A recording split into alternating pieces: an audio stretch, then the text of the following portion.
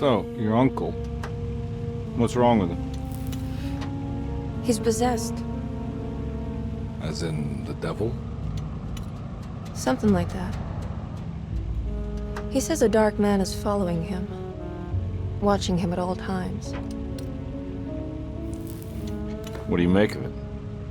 It's nonsense, of course. But I'd be lying if I said it didn't bother me. You see, it runs in my family. Possession? No, Detective. Deteriorating melancholy. Practically every member of the Hartwood family is driven mad before they grow old.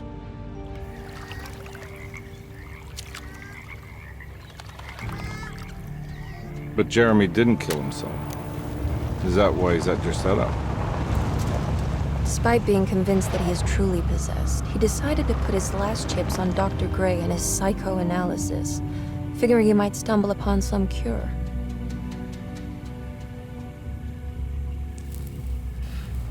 You mentioned a letter. I received a disturbing letter from Jeremy accusing the staff and all the other patients of being involved in some cult. And now they are also out to get him. Could it be real? Or is it all just in his head? It's a story he tells himself, Mr. Carnby.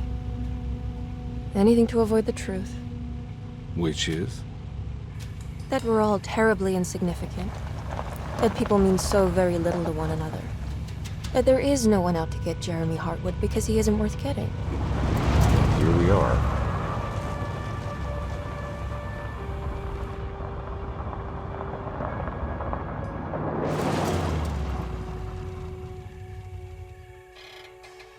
My uncle's not well, Mr. Carnby. I want to make sure he's all right. Then what's my part in this? You couldn't get a cab? I just wouldn't feel safe going alone.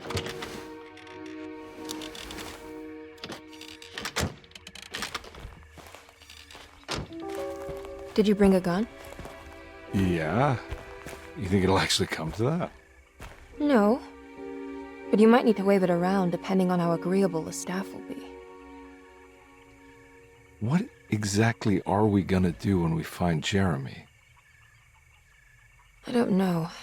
Let's just find him first.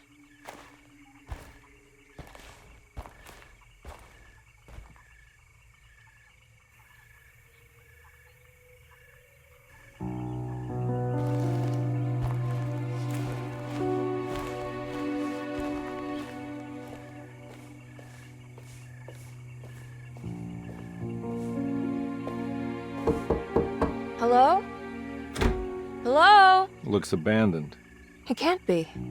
There has to be someone around. Wait here. I'll go around back.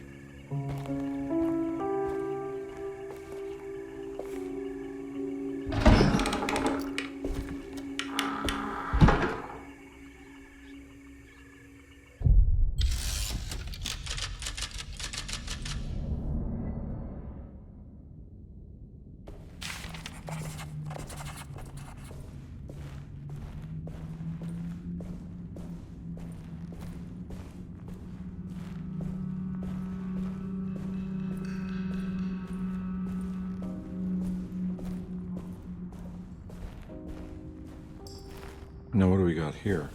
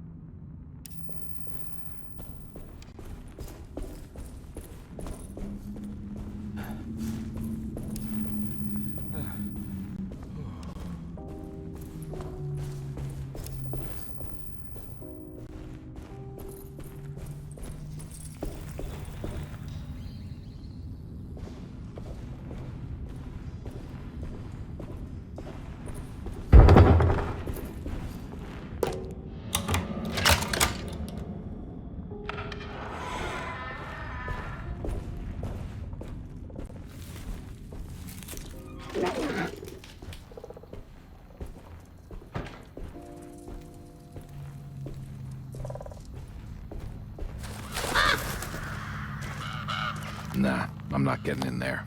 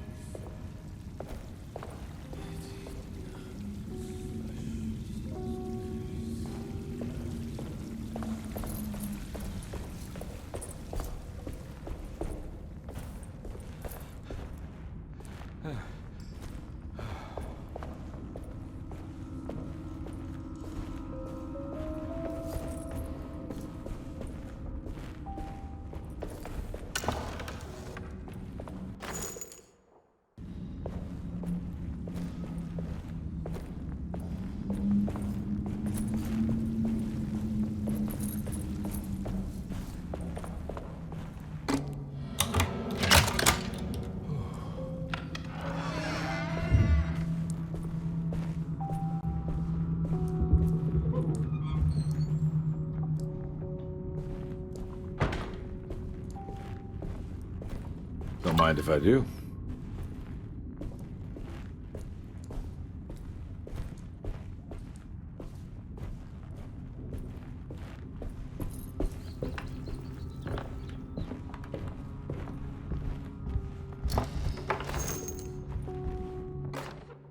Every day your silence weighs a little heavier. It's been a difficult year for everyone. There's about a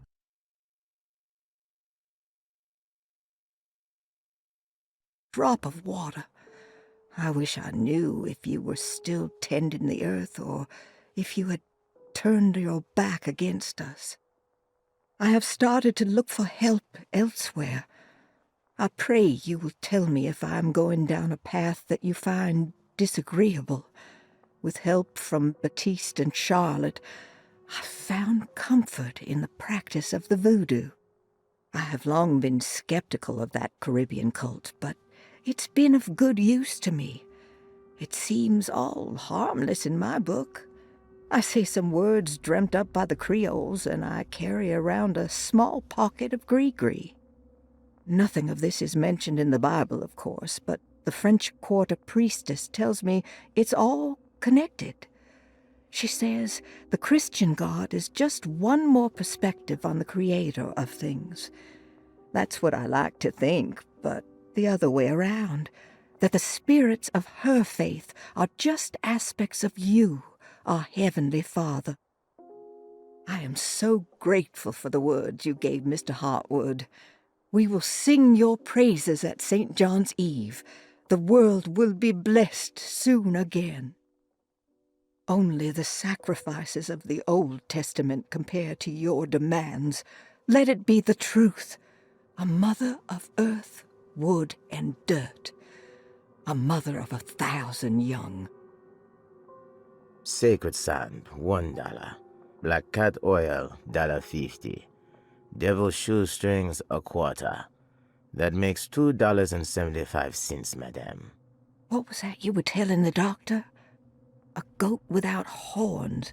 What does that mean? Ah, you must have misheard me, madame. I said no such thing.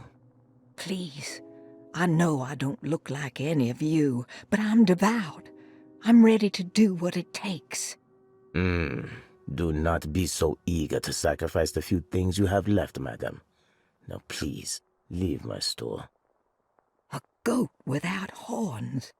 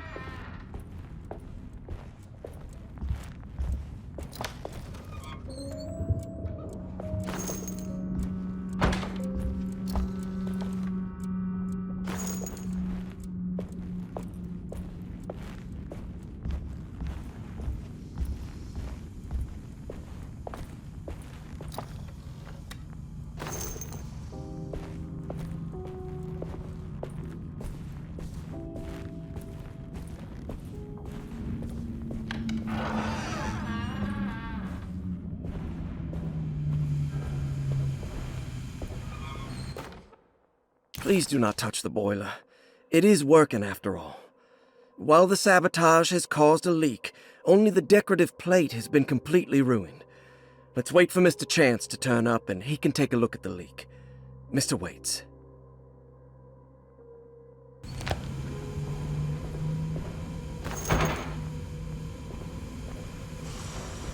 That doesn't look safe.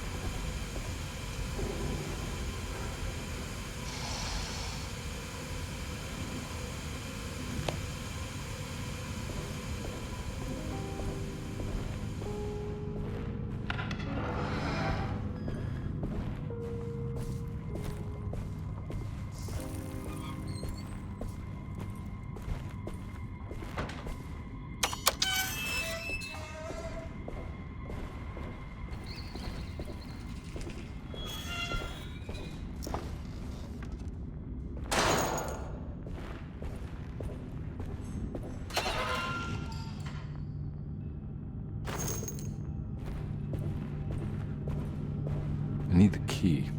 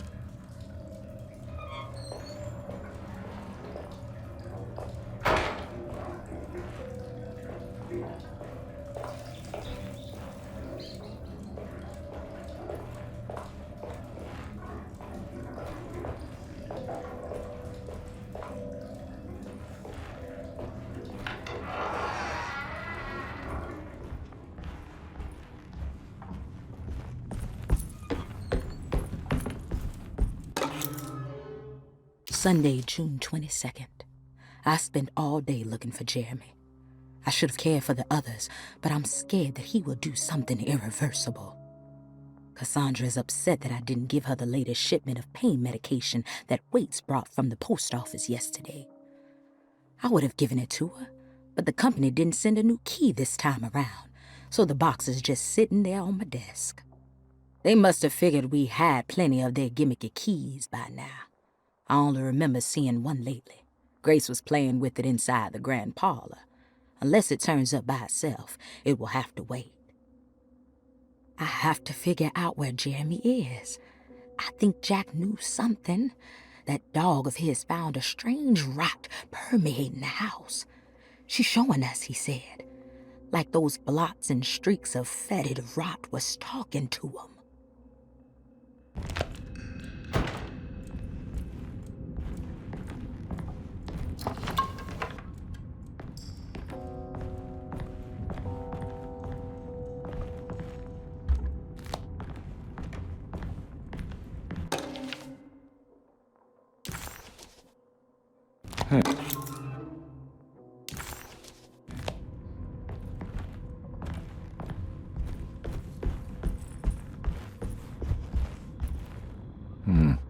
I need the key.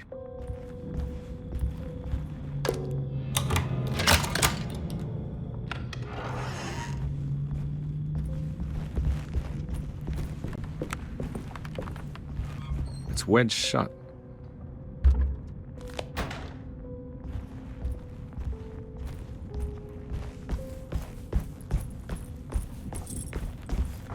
Looks important.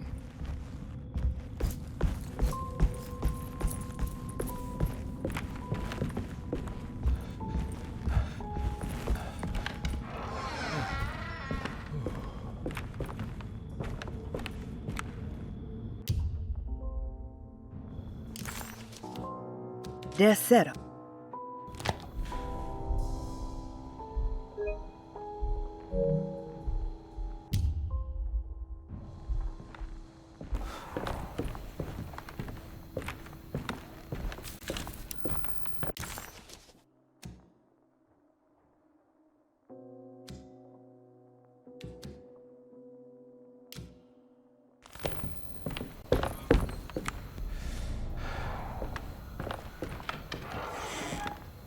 Oh.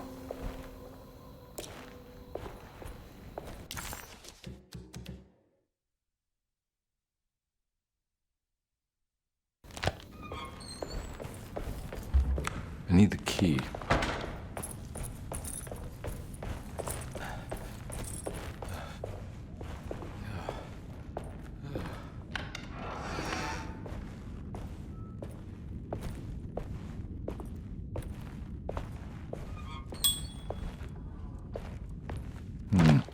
I need the key. The Great Depression. President Hoover raises tariffs on over 20,000 imported goods in an act to protect American labor. Following the collapse of the Wall Street stock market on October 24 last year, American industry has suffered greatly. thousands of companies have gone bankrupt and left a large part of the American workforce unemployed. In an attempt to turn the tide, the Smoot-Hawley Tariff Act has been signed by President Herbert Hoover. By regulating commerce with foreign countries, the government hopes to encourage the industries of the United States to compete with cheap foreign imports. Superstition on rise. New Orleans voodoo stores and spiritual mediums see increased profit during troubled times. While the market has faced hard times ever since Black Thursday of last year, voodoo doctors and snake charmers see significant rise in number of customers. With the coming Eve of St. John on the 23rd, the police expect increased cult activity around Bayou St. John, the southern shore of Lake Pontchartrain. Voodoo rituals in that area on the Eve of St. John have a long tradition reaching back to the first snake worshippers brought as slaves from West Africa. During the 19th century, its practice was popularized by the legendary Marie Laveau and has since been embraced by many of the Creoles and the surviving aristocracy of the French Quarter. Author seeks asylum. Rumors regarding author Cassandra Beauregard making Derceto her home verified. Derceto Hospital is an old plantation building on the eastern shores of Lake Pontchartrain. While often considered an asylum for the insane, residing Dr. Elmore Lee Gray prefers to think of it as a convalescent home, a place where you can go to rest. The patient list is kept secret, but thought to include many of the black sheep of wealthy families, because at Derceto, treatment does not come for free. Local author Cassandra Beauregard has now been confirmed by her own admission. She's been lauded as a powerful Creole voice and written many successful books. Lately it was reported from Hollywood that she has finished a moving picture manuscript titled Slaughter Gulch. That film is set to hit the theaters next year.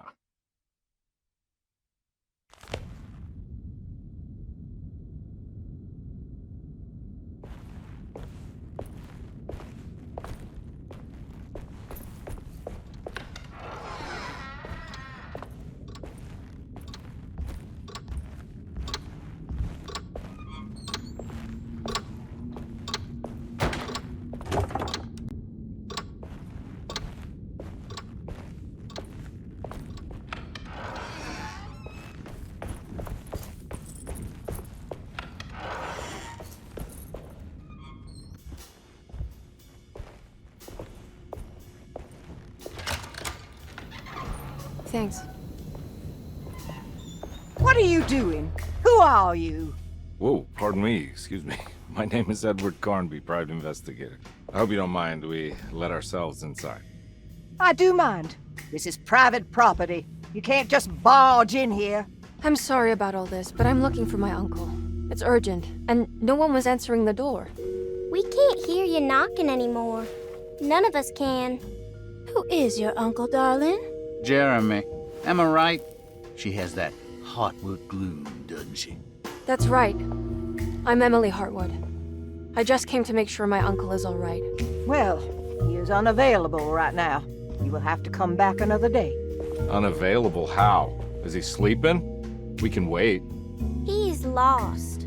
Don't I know you from somewhere? Who's your man again, Miss Hartwood? My name's Edward Carnby, private investigator. Splendid. Enough! All of you! Get back to your rooms! McCarthy, keep your eyes on the child. And you two, please leave immediately. Look, we're not here to cause any trouble. Just let us see the old man, satisfy the curiosity of my client here, and we'll be off. Jeremy has gone missing. There's no need to worry, but it might be some time before he turns up. The whole staff is looking for him. What? He ran off? I don't have time for any of this. Please, come back tomorrow. All right, in that case, we'll just wait in his room. You don't mind, do you? It's upstairs, right? Wait, you can't. Don't worry, we'll be discreet. In the corridor. It's the first door on your left. I'll tell Dr. Gray you're here. Excellent. Thank you, madam.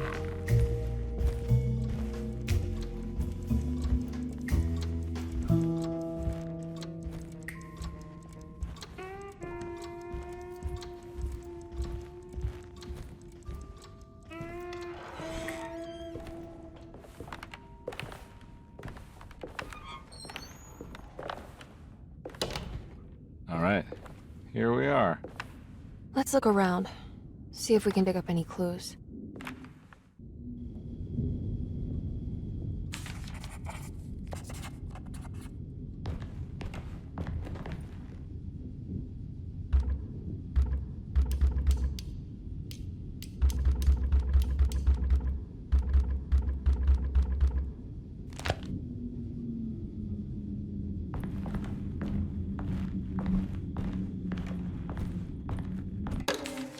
Every night the dark man stands opaque at the threshold of my room, counting the days until my spirit spills out of my tired shape.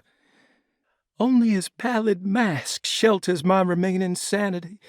Staring directly into the face of that demonic sultan would surely sunder time itself.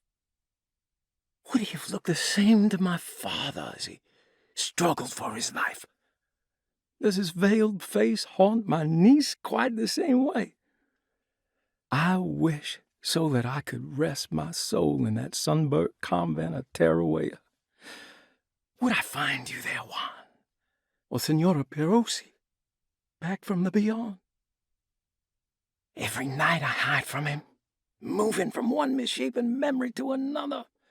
Scenes conjured out of fantasy and delirium. Places I struggle to even paint. I wish I understood your death, Signora. Is there anything I could do for you but bury you in that bleak necropolis? That triumphant chapel rising above the ledges and the oven vaults shall be your sepulchre, where you may rest.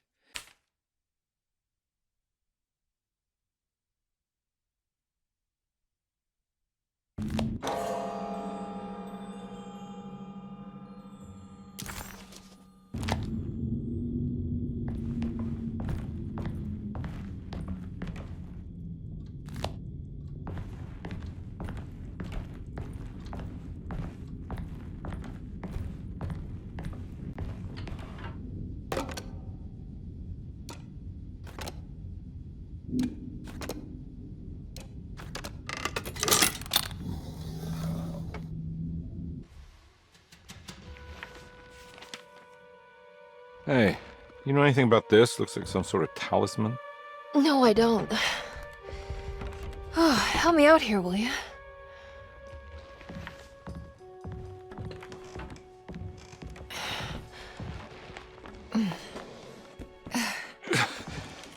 I would kill the guy to throw some of this stuff out. I'd be crazy too if I had this much junk lying around.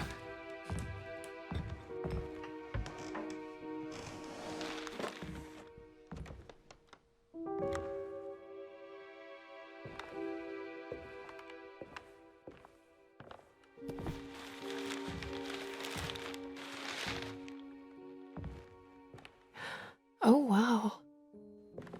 That's striking. I want to save this one.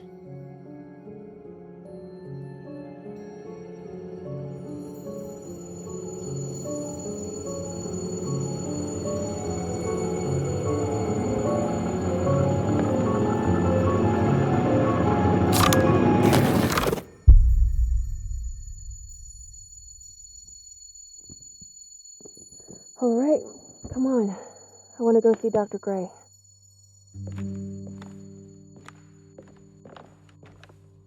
Come on, let's go. Yeah, I'm coming.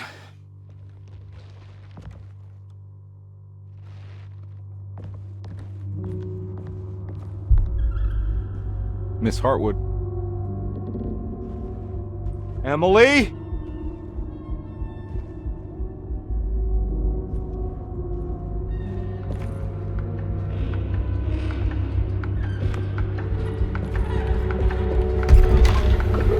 What the hell is going on?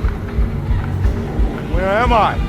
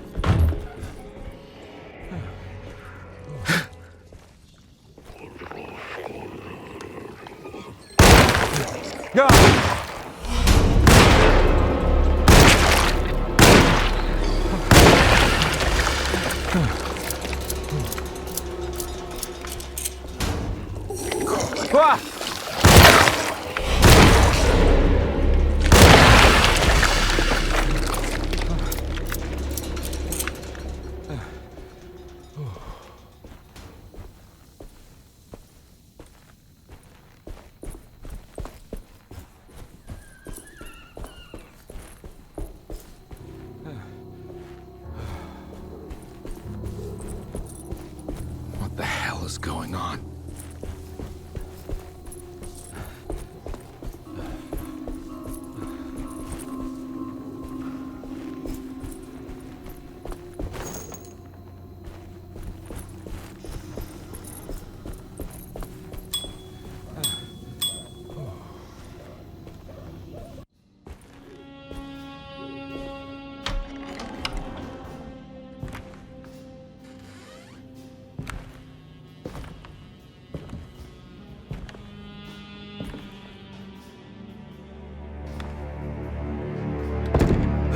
Don't let them get inside, combat.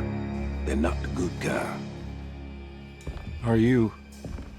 Is this your store? There are no owners here. We both strangers in Jeremy's store. Jeremy did this. How? The pact with the dog man. Jeremy warned us, but we didn't think much of it.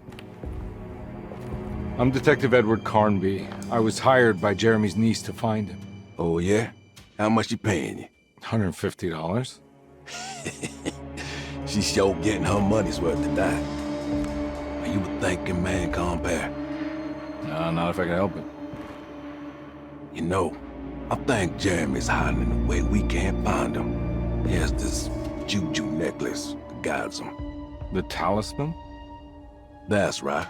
It's some magic charm he got from Miss Jackson down the street. The voodoo priestess? You know surprising things, compare. Yeah, the Mama Loa. Here, take the key. I locked the gate to save her place from all the ghouls and goblins getting inside. Maybe if you go there, you can find some clues to show you the way. Thanks. I'll have a look.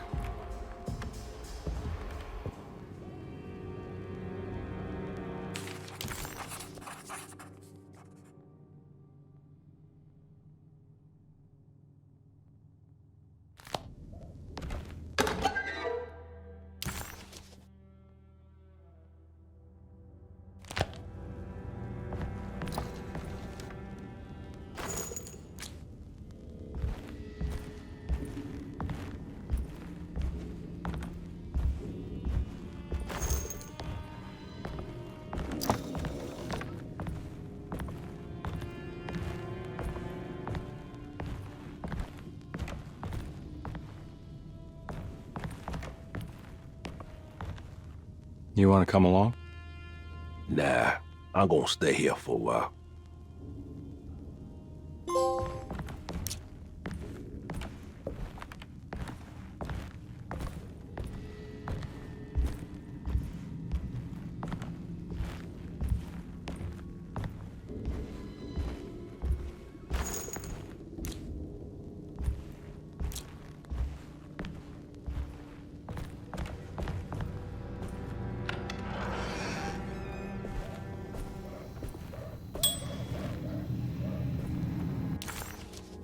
Detective Carnby hesitated to buy into the stranger.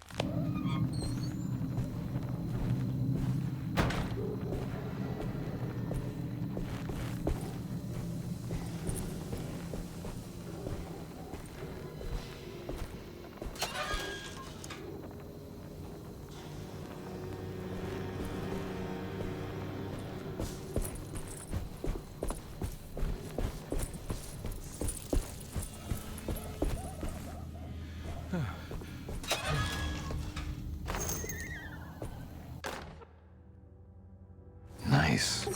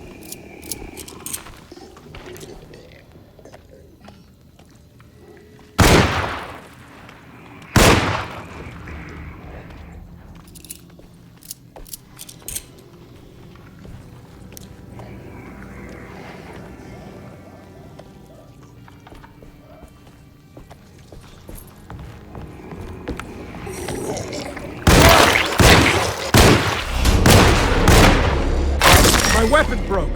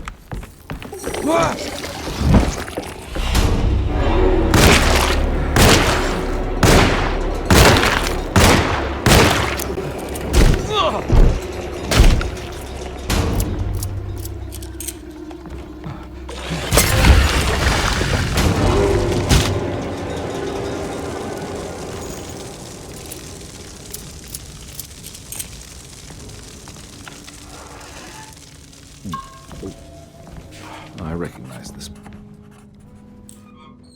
It's the talisman, like the one in the painting.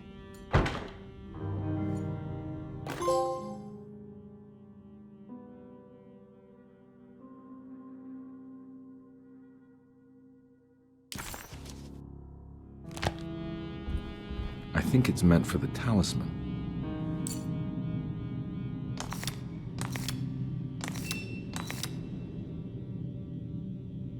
I think it needs numbers, like coordinates.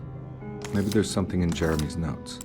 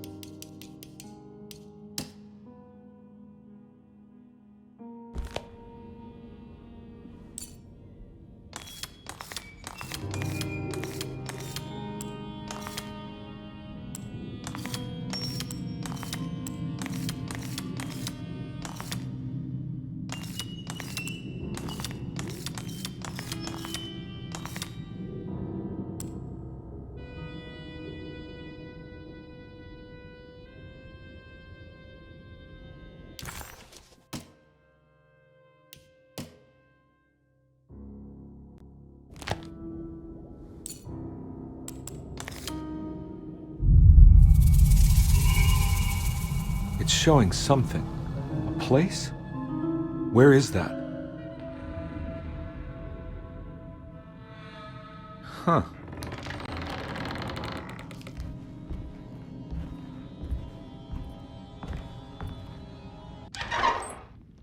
Detective, I was wondering when you were going to show up. Mrs. Thompson told me you were here. I understand you are working for Jeremy Hartwood's niece. Yeah, I guess so. I mean, you're not wrong. We came here for her uncle. I just didn't expect... I didn't expect this. You are Dr. Gray, right? That's right.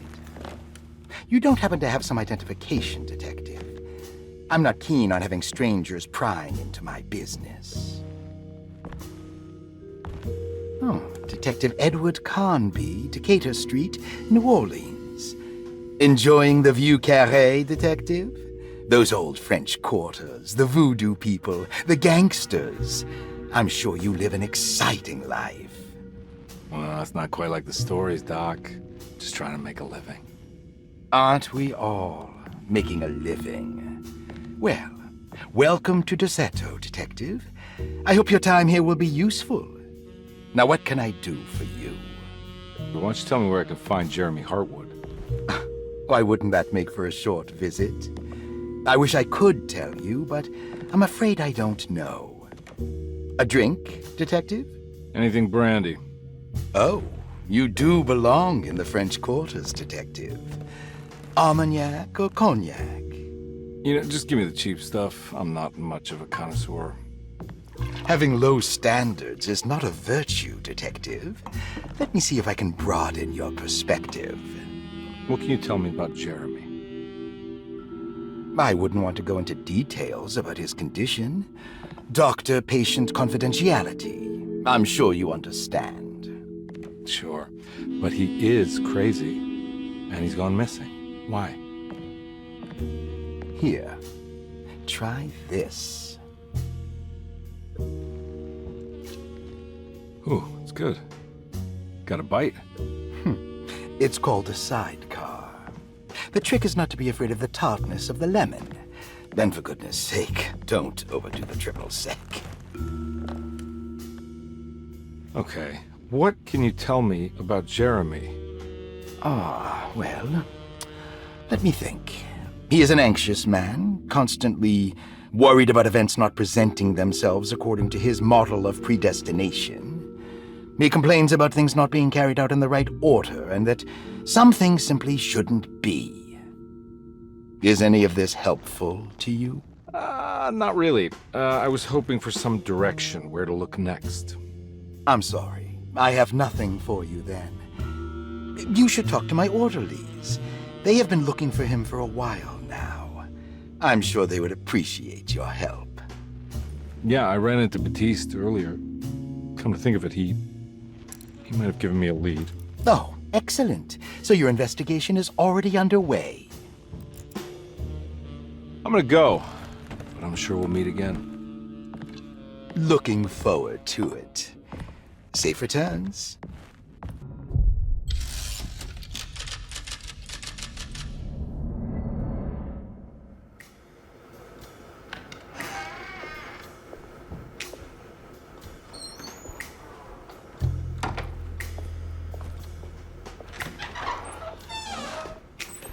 Detective Carnby, where did you go? I was just talking to Dr. Gray. You disappeared. No, it's not what you think. Have you found anything strange going on here? Yes. Everyone is being incredibly evasive and I can't figure out why. No, I mean something you can't explain. Paranormal, even. Detective, I really need you to get yourself together. I can't do this alone. Forget it. I'll figure it out. Do you want to come see Dr. Gray? No, I want to try something. With this talisman, I think I can follow Jeremy to the place he mentioned in the book. What was the name? Do you remember something Spanish? Teroea. Yeah, that's where I need to go. Detective, are you gonna be all right? Yeah, of course.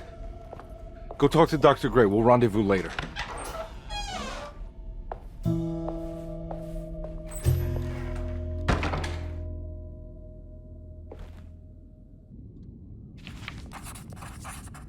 This talisman brought me back from the French Quarter in the blink of an eye.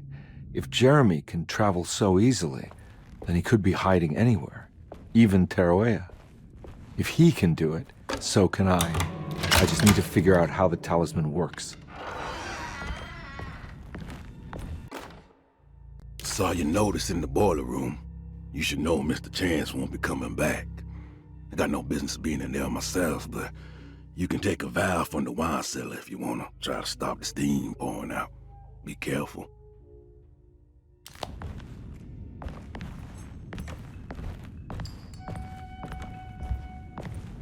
I need the key.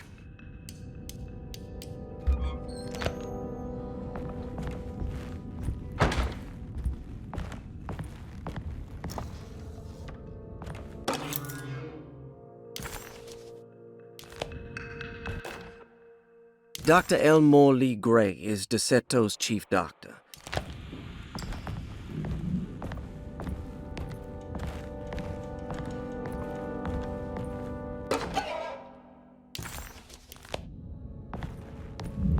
There's no way I can get into this thing. Better leave it alone. There's no way I can get into this thing. Better leave it alone.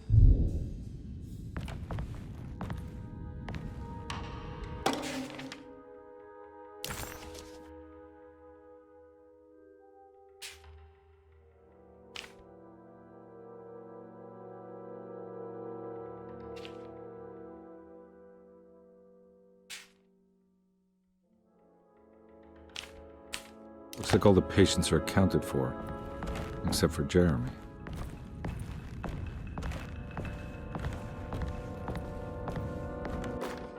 Paul, you're right about the plates on the boiler and the clock.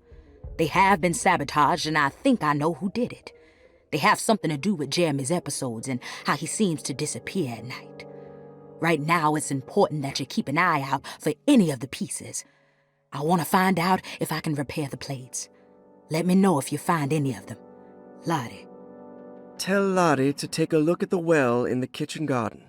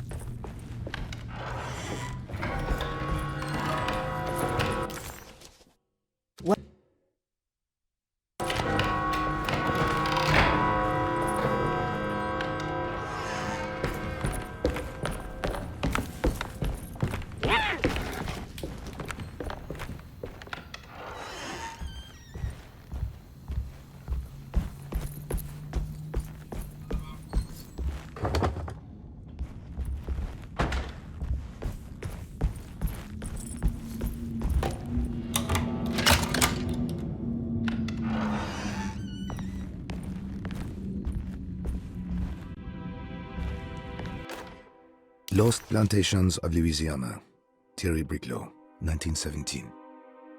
Derceto was a small plantation on the eastern shore of Lake Pontchartrain. The land was considered difficult for industry and was sold for only $30 to Elijah Pickford in 1818. Pickford employed hundreds of workers from nearby New Orleans to clear the woods and build a small plantation mansion facing the lake with a striking Greek Revival temple facade. Derceto kept a modest production of barrique tobacco and indigo that persisted up till the Civil War. During the antebellum era, Derceto was the source of many rumors concerning voodoo and witchcraft. People who traveled the lake reported seeing people dance at night in front of bonfires, bleating and wailing. On June 17, 1862, Captain J.W. Norton of the Union Army recounts leading a raiding party from ships anchored in Lake Pontchartrain in order to seize control of Derceto and free the slaves working there. The captain was surprised to find the workers fighting back with unprecedented zeal. Norton's account describes these men and women as enraged with fanaticism. Pickford reportedly tried to placate the raiders, but was shot in the confusion. Captain Norton left the mansion burning and retreated to his ships with his men. Derceto was left in ruins for several decades. The ownership of the land was long disputed and returned to the Ledoux family in 1901. Several police reports were filed during the following years as the Ledoux tried to get rid of a camp of squatters on their land. The police made several visits to remove the trespassers, but the people kept returning. On November 1st, 1907, Inspector Legrasse of the police charged a deadly attack in order to save several children kidnapped by the squatters. Many were killed, and even more were jailed. The following year, Ledoux rebuilt Derceto, incorporating the surviving stone foundation and adding a magnificent wrought iron conservatory. The farmland had been reclaimed by the surrounding woods, so it was no longer profitable to use as a plantation. Instead, the house was turned into an artist's colony.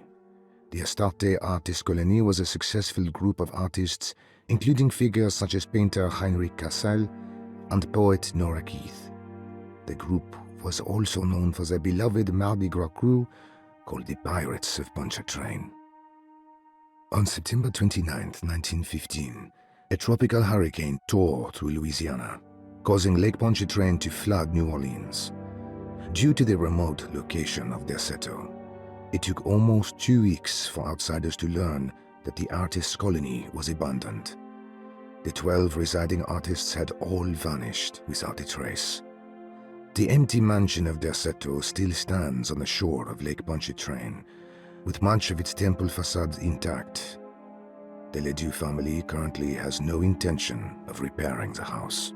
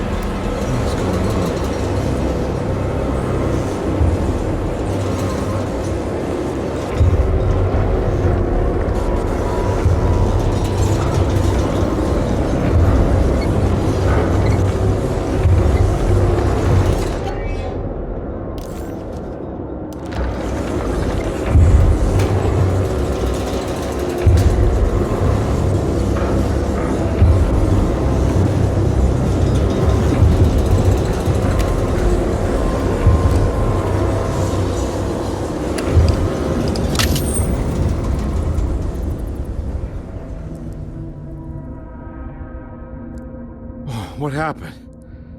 Everything's normal again? Right.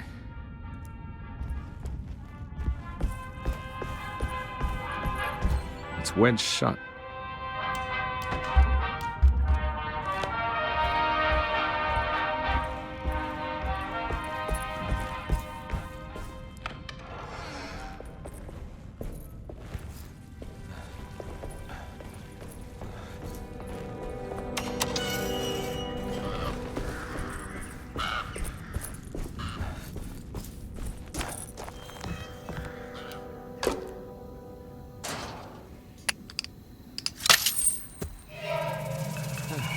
Got it.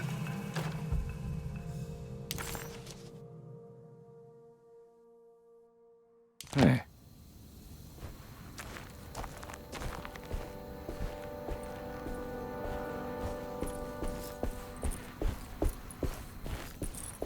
Hmm.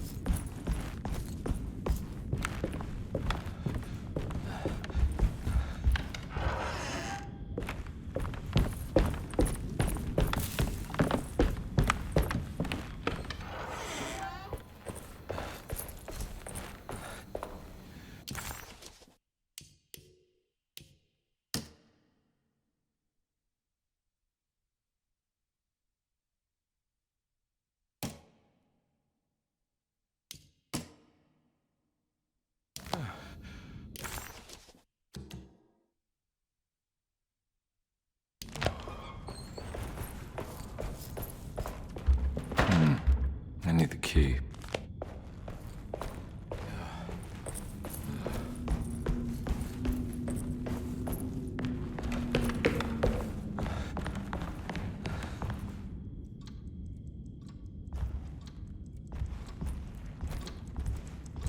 Wow.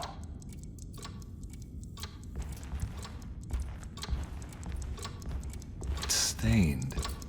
Looks like some kind of... This must be the clock that Jeremy wrote about in the comic. Looks like the plate that held the talisman in the seance room. But it's broken and missing some pieces.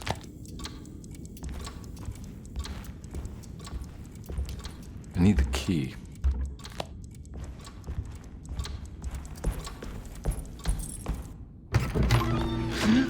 Yeah, sorry, Detective. Didn't mean to obstruct justice or anything. That's fine. You know, I'm kind of busy with my own case of a missing person. I was wondering if you've seen Grace, a girl about yay high? I can't say that I have. Why are you asking? Well, I'm looking for her. Is she in trouble? No. She's just hiding somewhere. But we can't have a rascal like that running around unchecked at a time like this, you understand? Well, I haven't seen her. Well, let me know if you find her. I'll be around. I'll keep an eye out for your man, Jeremy. You scratch my back, Detective, and I'll scratch yours.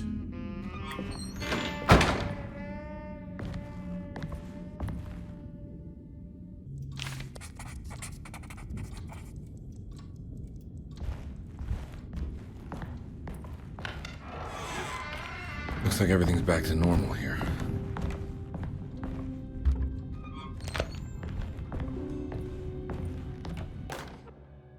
Emily's here. Emily's here.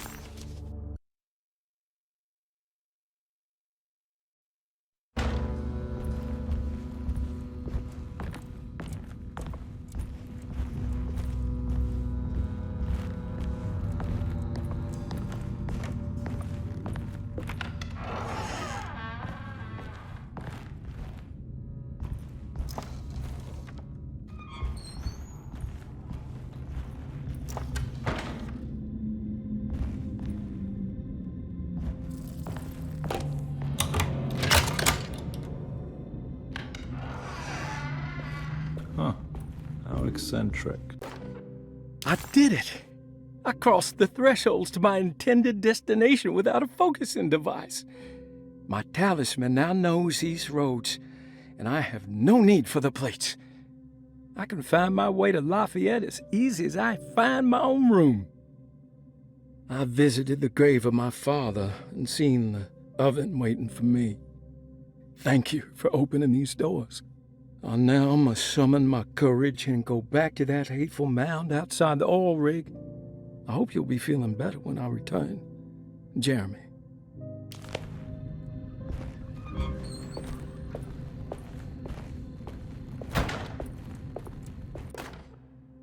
Will I need to remember how to get them out again? They are locked up for good reason.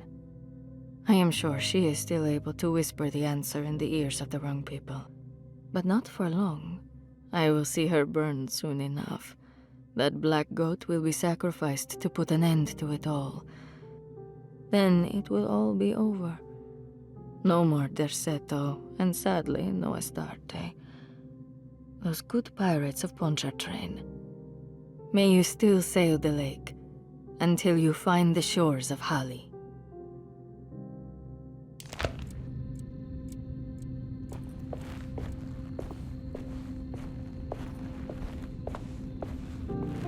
What are these symbols? Looks like alchemy, or star constellations.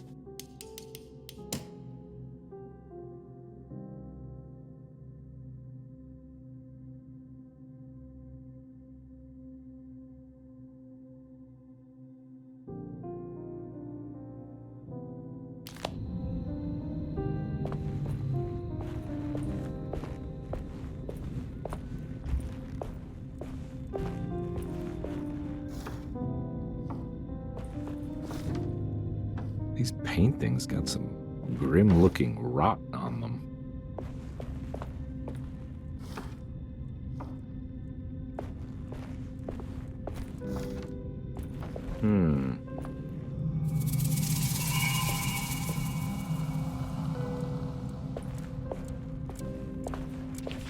The Astarte Artist Colony.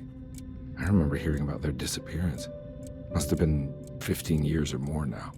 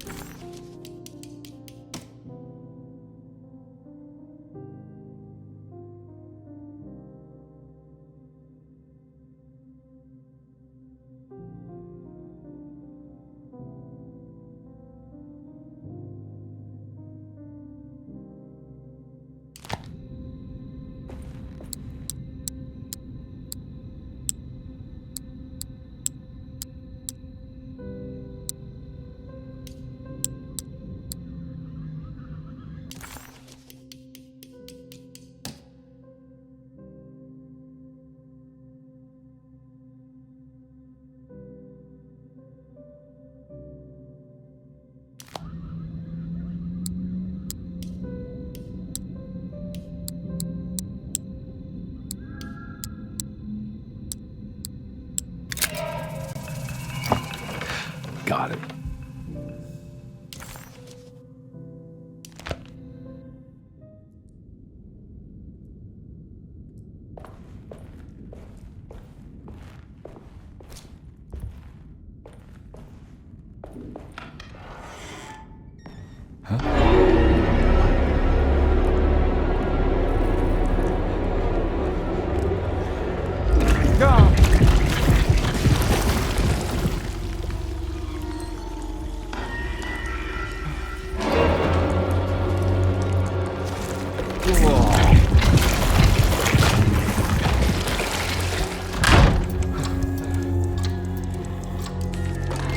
I think I've seen this somewhere.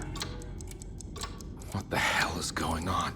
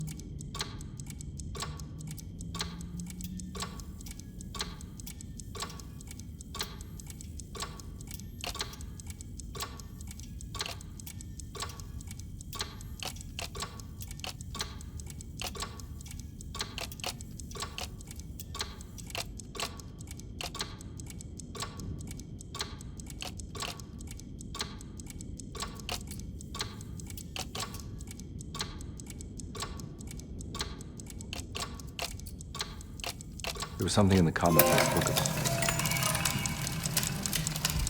I think the clock broke. Or maybe it just stopped at a very precise place.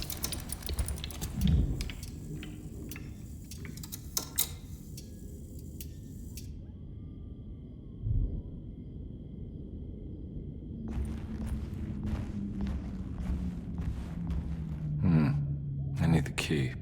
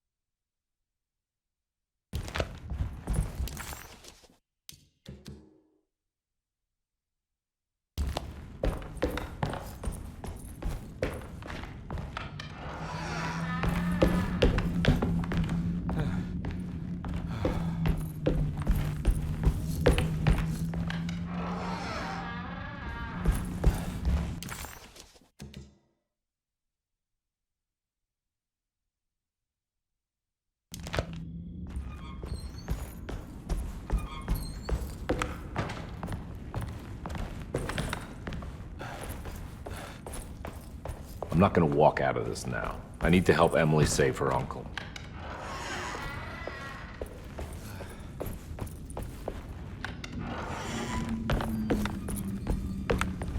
need the key.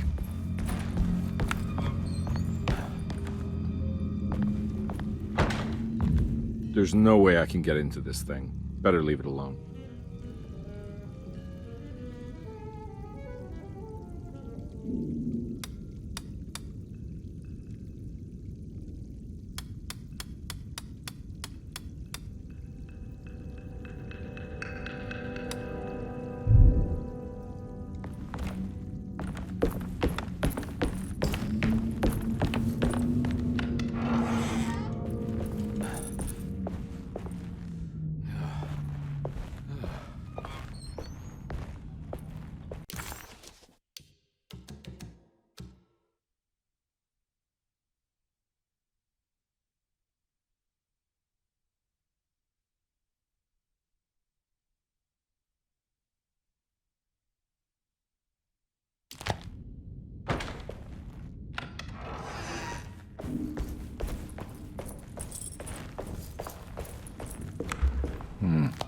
I need the key.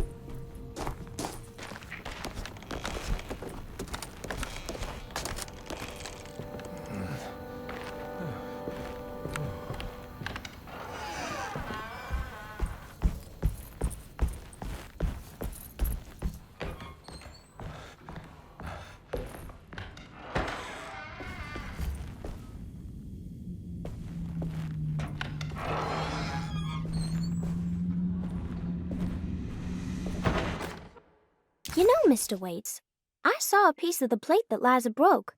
I think she's been hiding them. She's not very good at it. She just chucked it into the little room with all the tools behind the boiler. I left it there.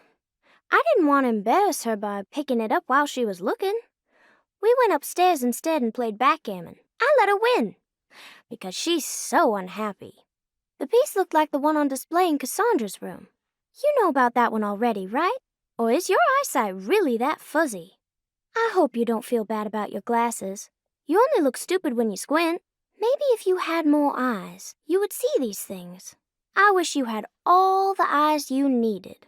Your best and favorite guest, Grace.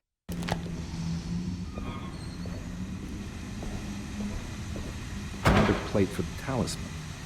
Like the other one, it's broken and missing some pieces.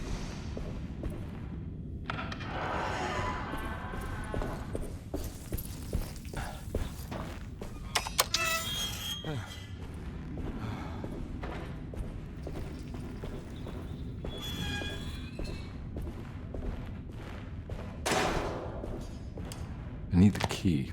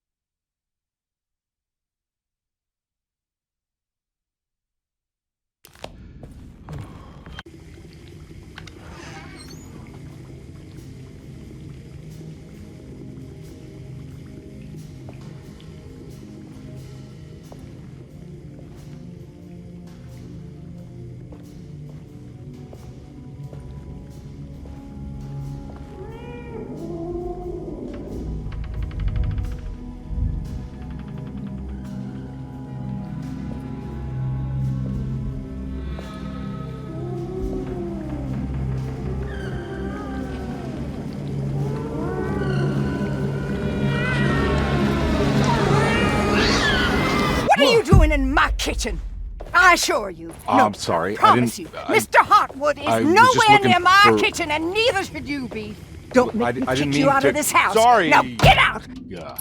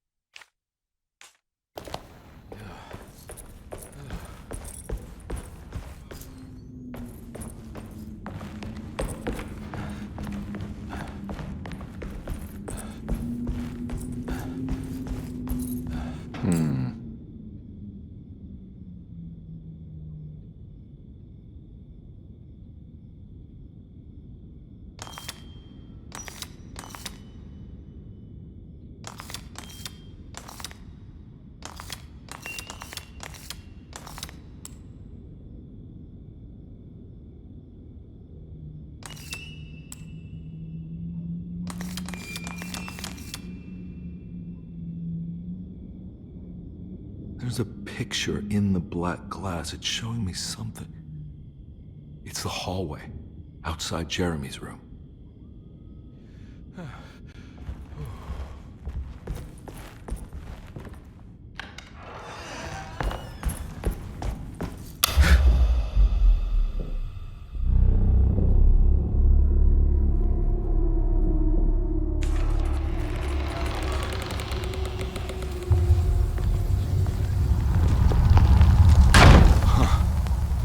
I made it. I entered another one of Jeremy's memories.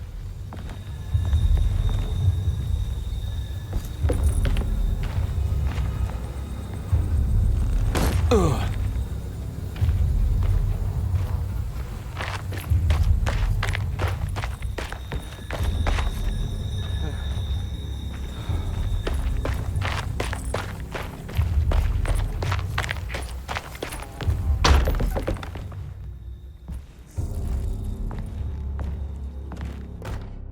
May 1923, Monday.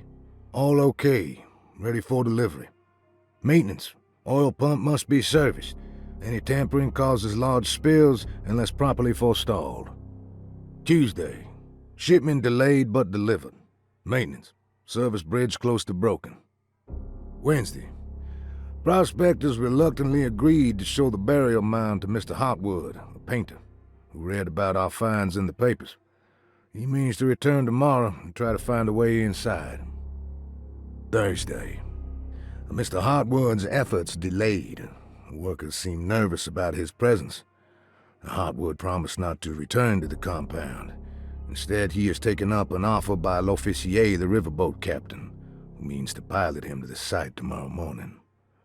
Hopefully that's the end, and work can resume. Maintenance. Bridge from the oil tower to the bayou has collapsed. Sabotage suspected. This is the devil that guides us now.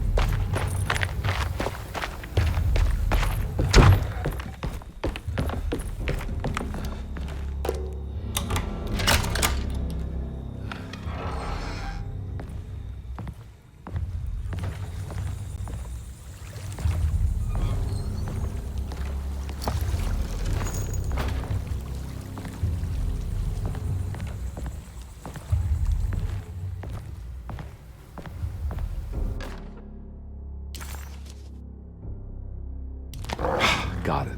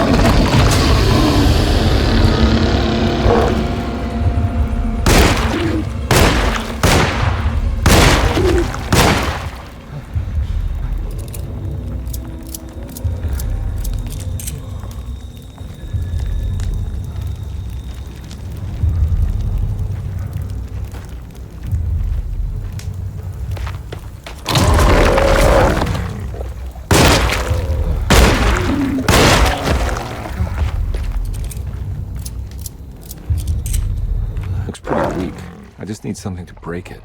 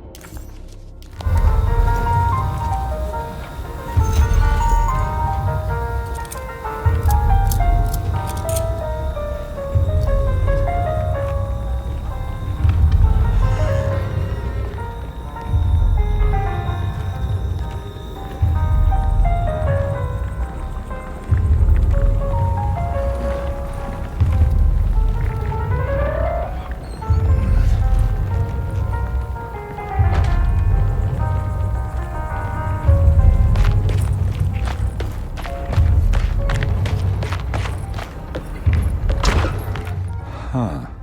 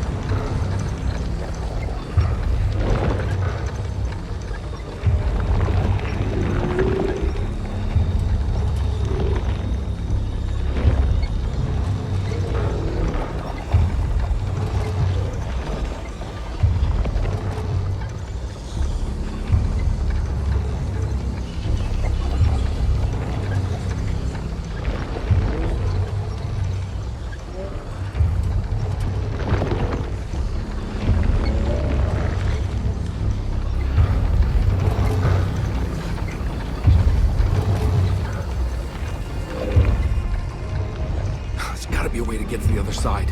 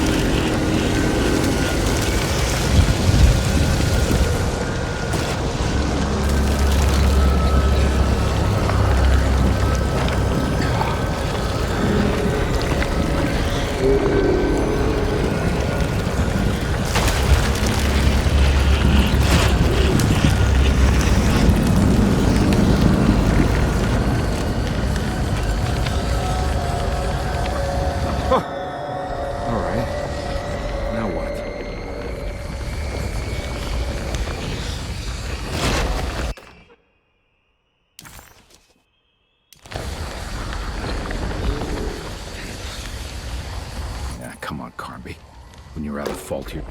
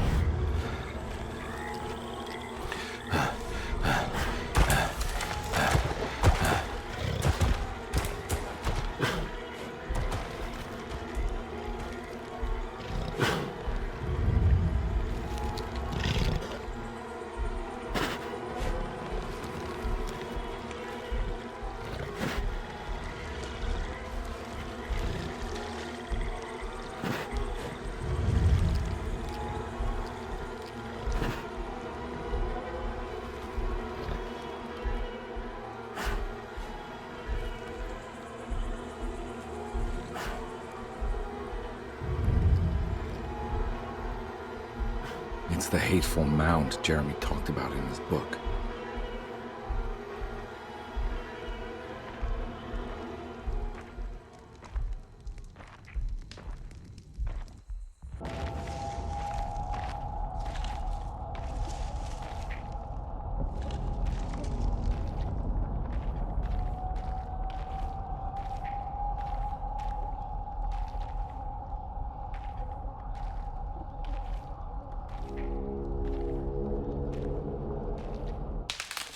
Don't come any closer. I'm armed. Get that thing out of my face. Who are you? What are you doing here? I'm just a detective trying to find something called Tarawea. You after Jeremy too? Why? I'm working for his niece. She wants to make sure he's all right. He might be unharmed, but far from all right. He's a curse upon Derceto. Here we go again. Quiet.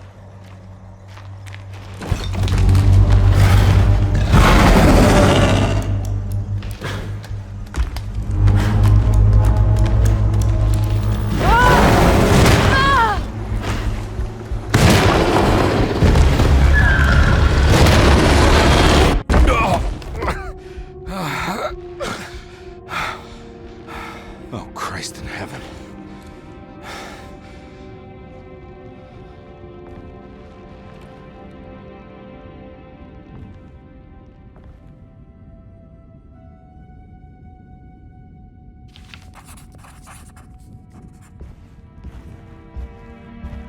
Ooh.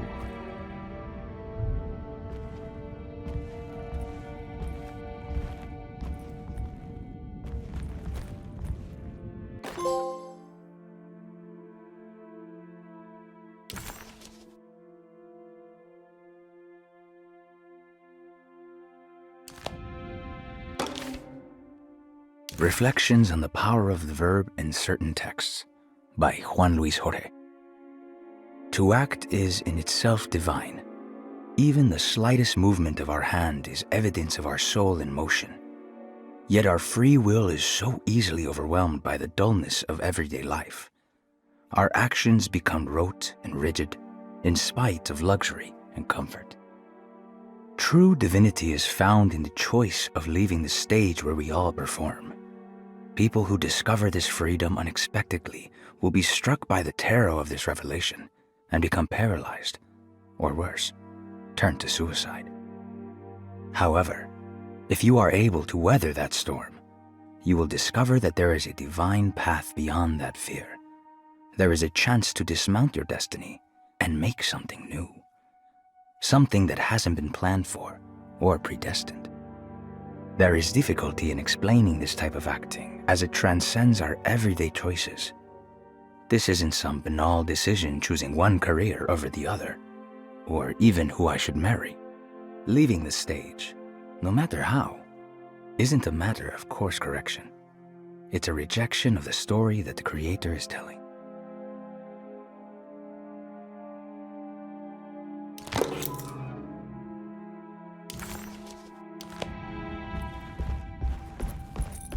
It's wedged shut. It worked.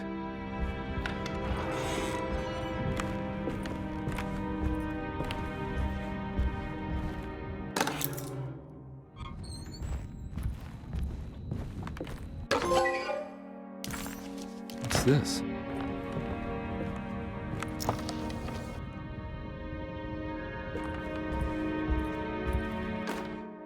The Barlow lens. Instructions. To double the magnification of your telescope, simply fit this Barlow lens to your instrument. Then operate the fine-tuners to adjust the distance between your lenses. This is easily done while looking through your eyepiece. Simply search for a position where your picture is clear and appears flat. When correctly tuned, your telescope should present a clear picture with magnificent magnification.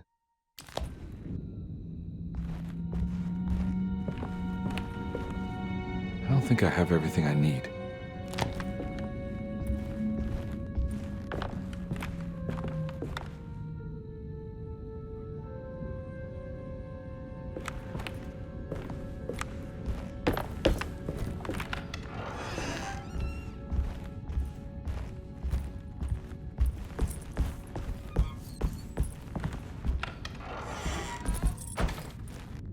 Now we're talking.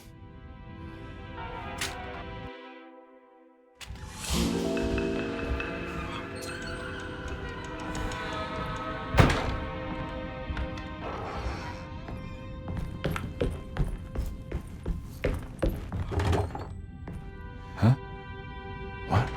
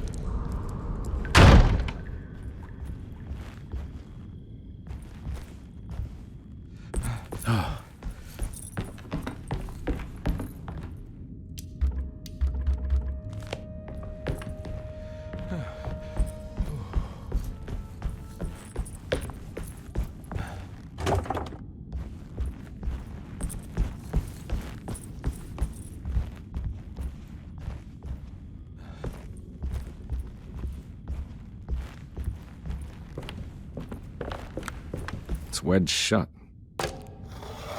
It worked.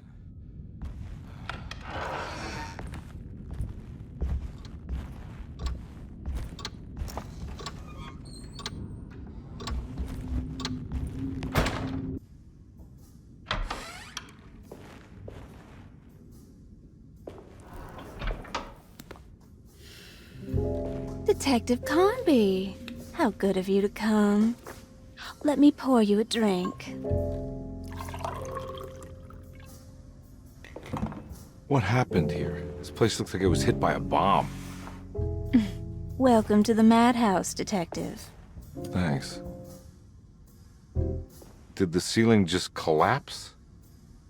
I heard it was something in the attic, something that was supposed to happen but didn't. How that could have such consequences is beyond me. The truth is, I don't know why the room looks like this. But I bet your friend Jeremy does. You know where I could find him? Oh, somewhere in his past, I suppose. He keeps going on about that mysterious dark man. I think he is hiding from him. Or maybe he's with him. I can't really keep up. I don't worry much. Take a look around this room. You may think it looks spectacularly devastated, but I just think it's finally found its stride. It fits perfectly with the state of this place and its loonies. The same goes for the nonsense with Jeremy. In my eyes, we finally managed to match the wild ride inside all of us. Well, I'm happy you find the evening still harmonious. I hope you don't mind me setting things right. Jeremy's business, that is. This room looks beyond my capabilities. Good luck, Detective. Hope to see you again soon. Yeah. Evening, miss.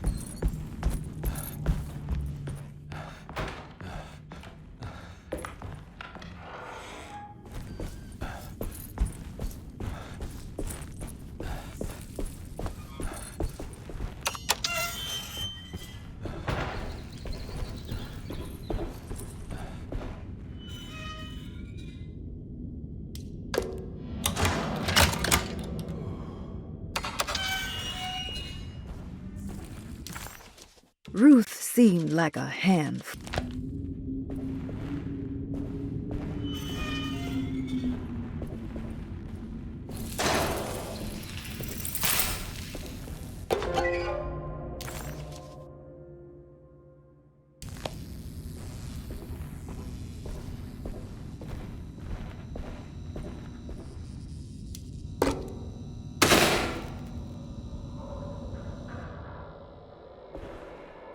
It worked.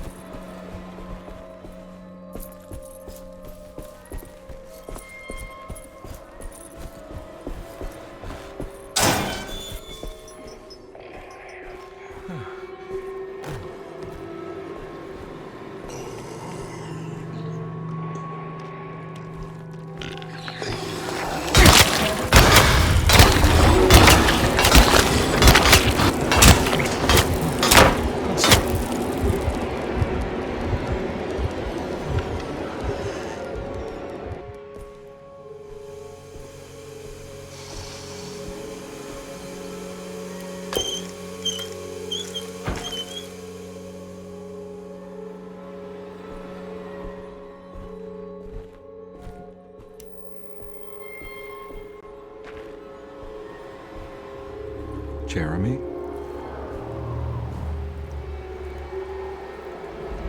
What the hell is going on?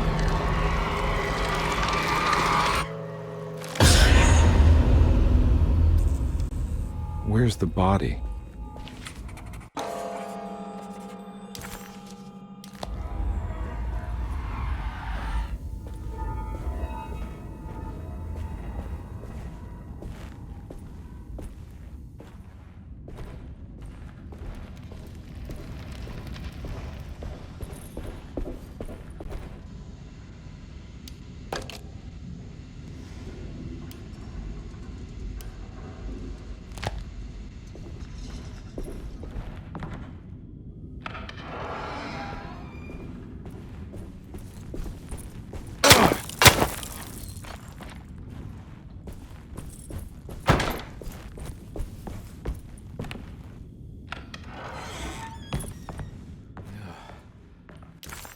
Come.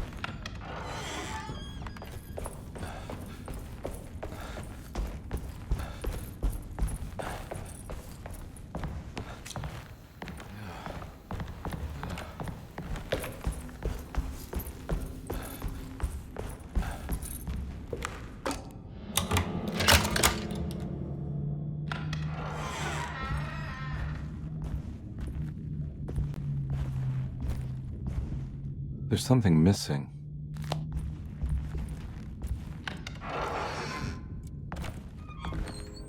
This must be that kid's room. Don't you worry, Grace. Go play your game, bleat and bellow with the others. I won't be jealous. There will be more masquerades. However, I would love it if you would finish my mask for the feast. With love, Rue. Why does she seem so familiar?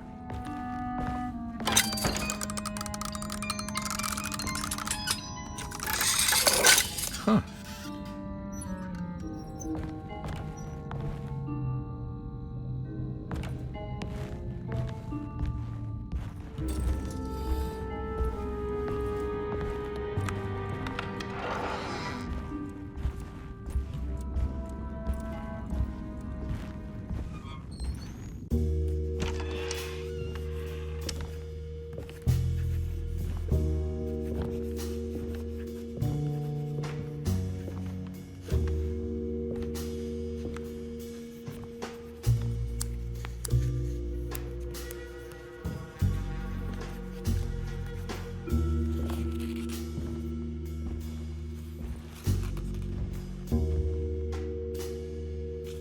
What you got there? You drawing something? Nothing special. I'm just bored. Do I know you from somewhere? I remember you, Mr. Conby. From where? Don't touch that. Cassandra wouldn't like it. She wouldn't like it at all. Do you know where she is? I'd rather not talk about it. It makes me upset. Besides, she'll be back after the Feast of St. John. You think? Yup. It's all on the page, Mr. Conby. And many of them that sleep in the dust of the earth shall awake, some to everlasting life, and some to shame and everlasting contempt.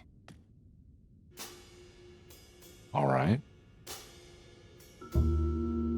I'm gonna go now, if that's okay. I don't like to stay too long in the same place. Mr. McCoffey might find me. Hey. Is he mean to you? Not everyone needs to be saved, Mr. Conby. You should know that by now.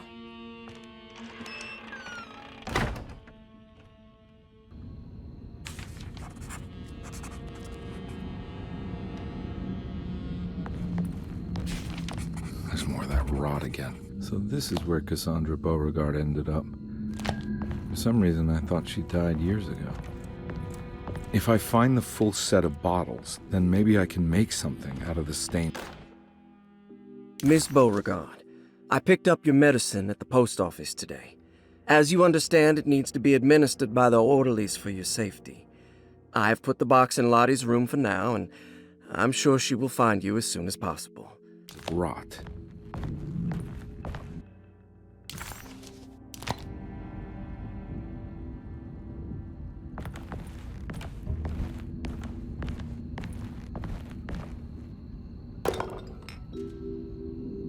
I don't think I have everything I need.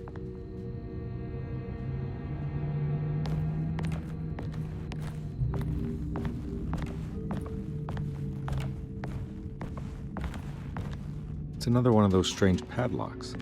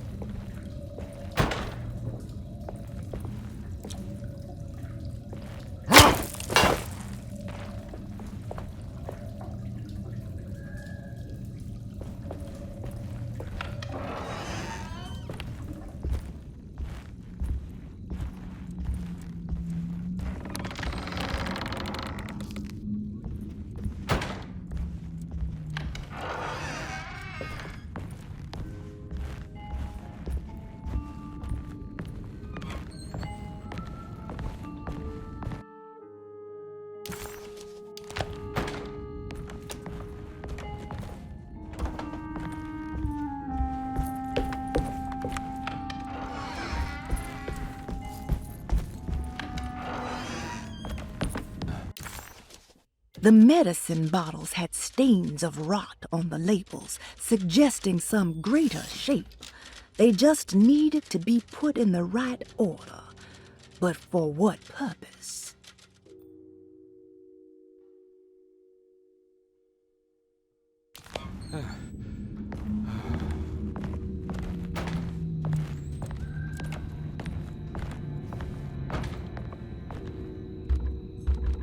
I don't think I have everything I need.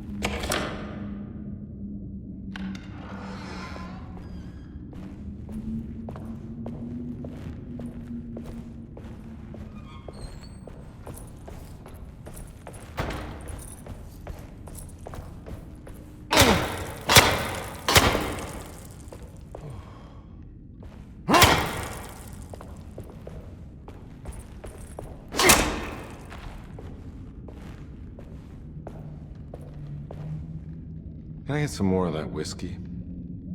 Go ahead, Detective. I don't think I can stomach any more anyway.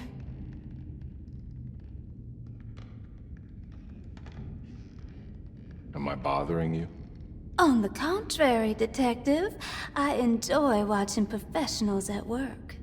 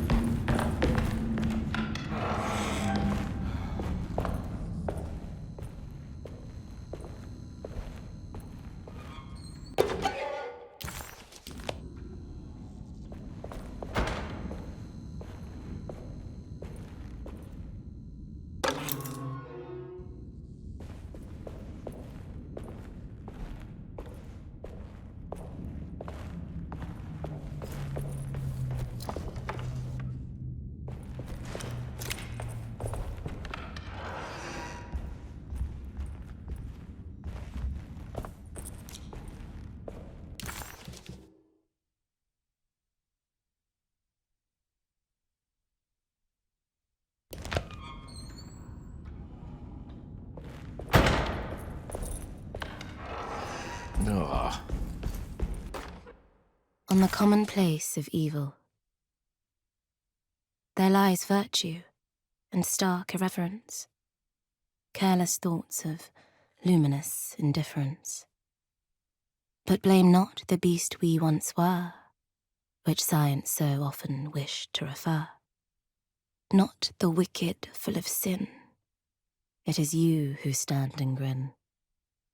All our good intentions aside, whereupon we build our pride. Sunless solitude, follow not this corrupting light. Prophets of confidence always crashes out of sight. Hear me, for we all bear this mark. Thus we must remain alone in the dark.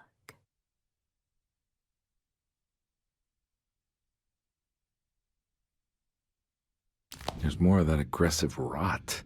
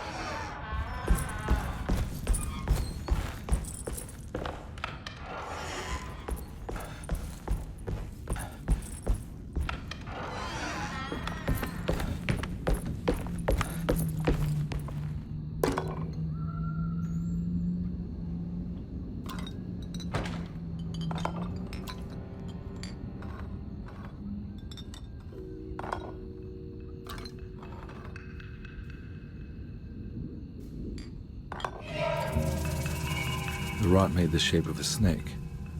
There must be something important to find here. Maybe it has something to do with the numbers on the labels.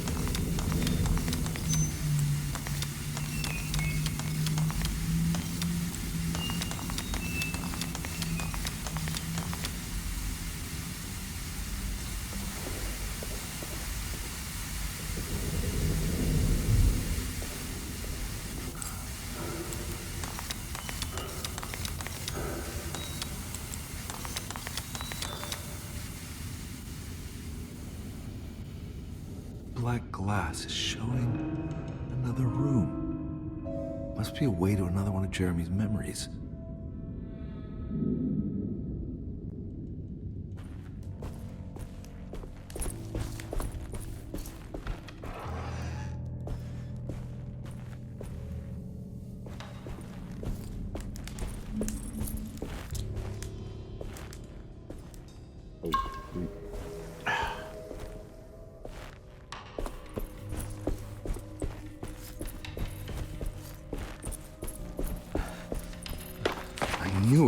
I knew it would work. You're getting good at this, Carnby. Maybe a little too good at this.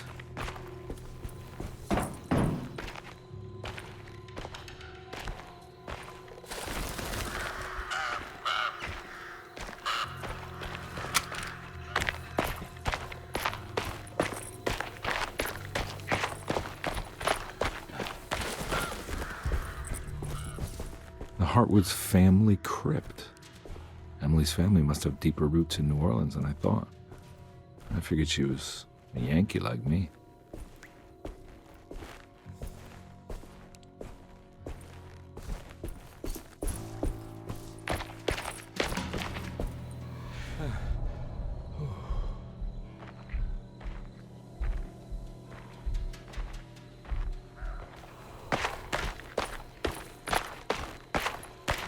Now what do we got here? There's something missing.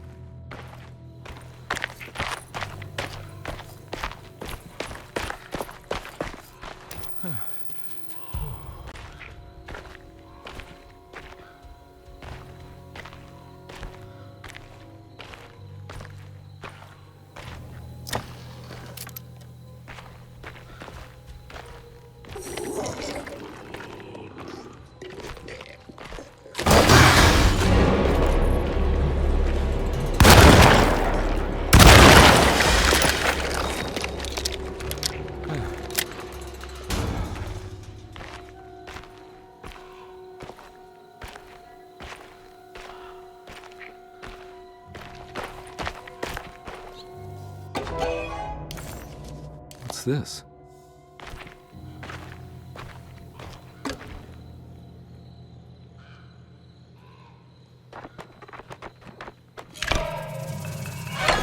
Got it.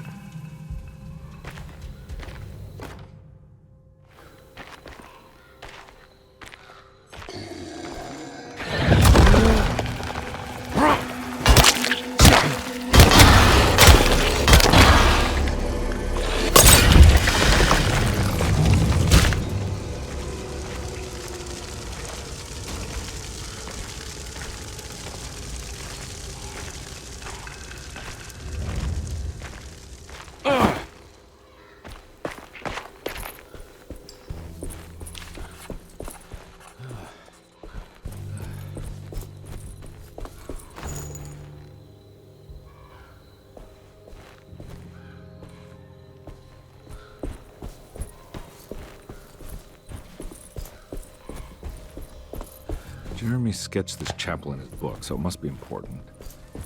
Looks like I'll...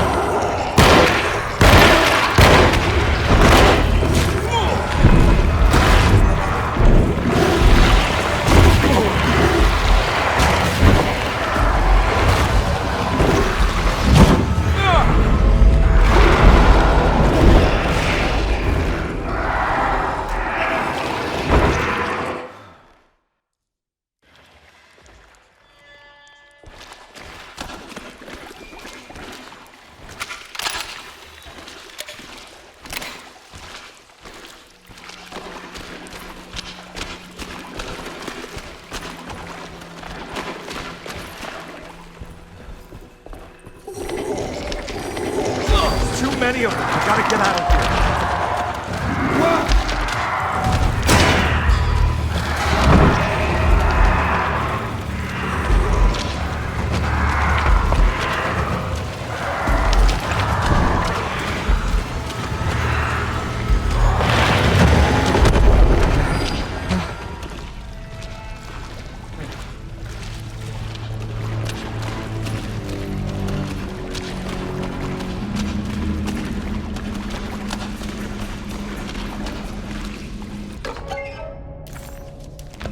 Got here.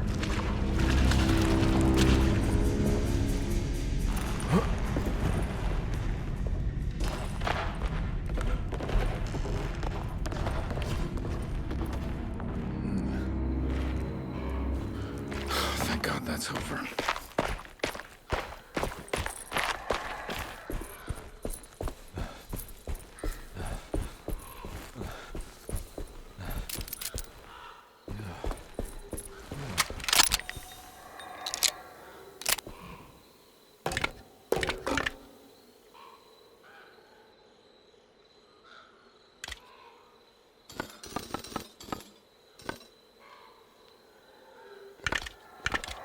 That can't be right.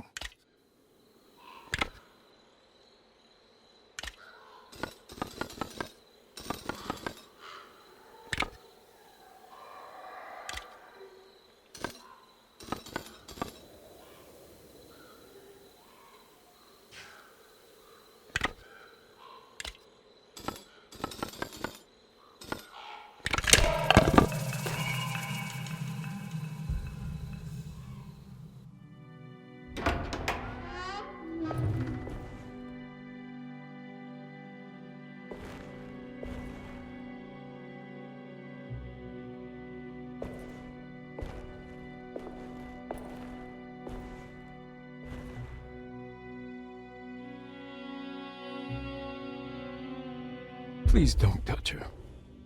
Jeremy. What are you doing here? Everyone's looking for you. I know, it's all a big mess. No one understands. I'm just trying to keep evil at bay. Just for a little while longer. You've got to come back with me. Your niece is waiting at Derceto. Emily? Why would you... My letter. Keep making it worse. What is going on, Jeremy? How is any of this happening? I made a terrible promise with someone. The Dark Man. Who is he? No, don't say his name. He can hear us. He's always listening.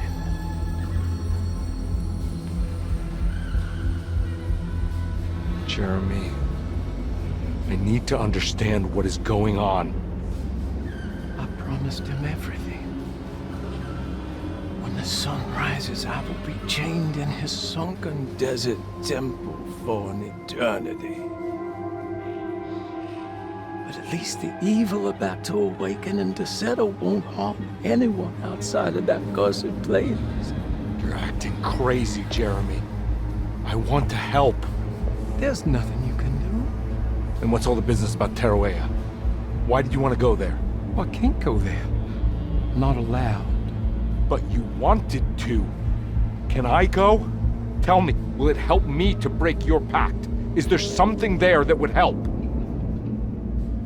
Why would you give me hope? That's so cruel. Okay, sounds like we're onto something here. What should I— Look out! Behind you! Run! Don't let him take you!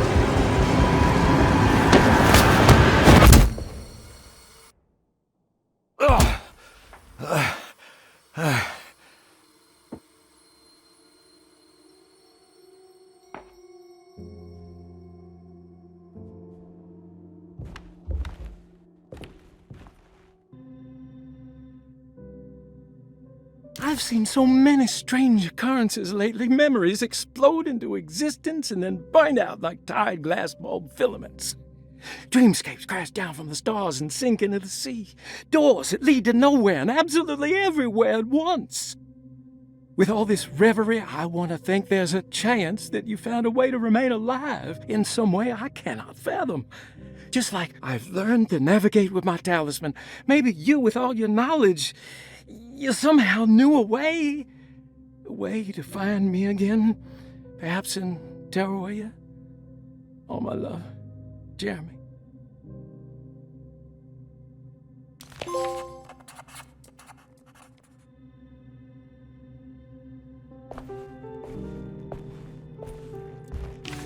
She's dead. No matter how she died, she looks peaceful now.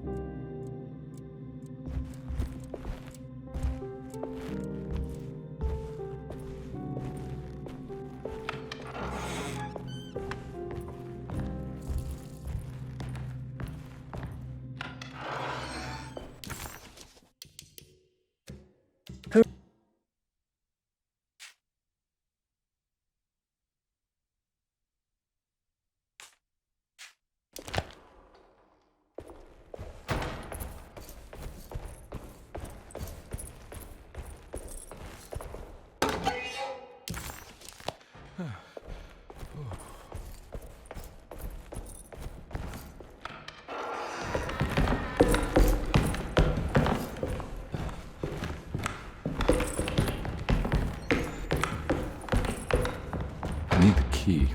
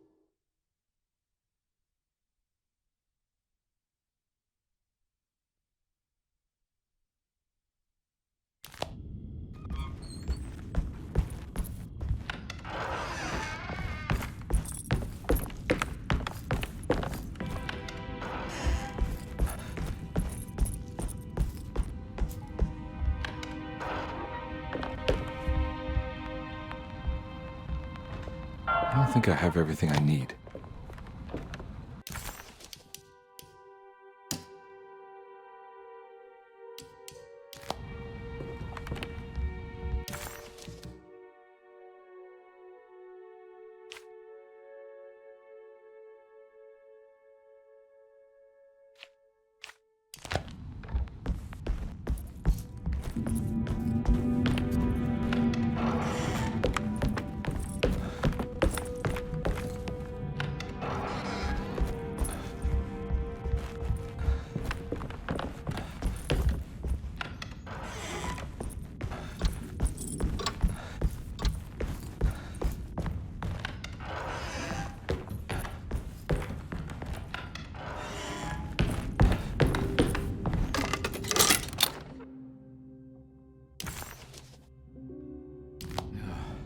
telescope lens. Why would he lock that up?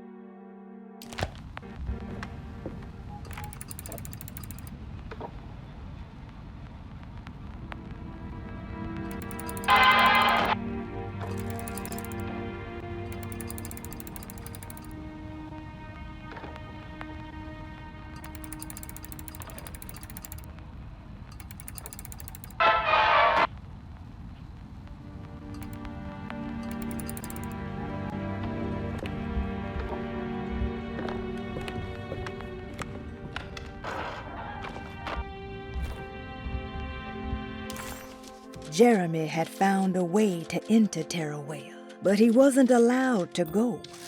He knew deep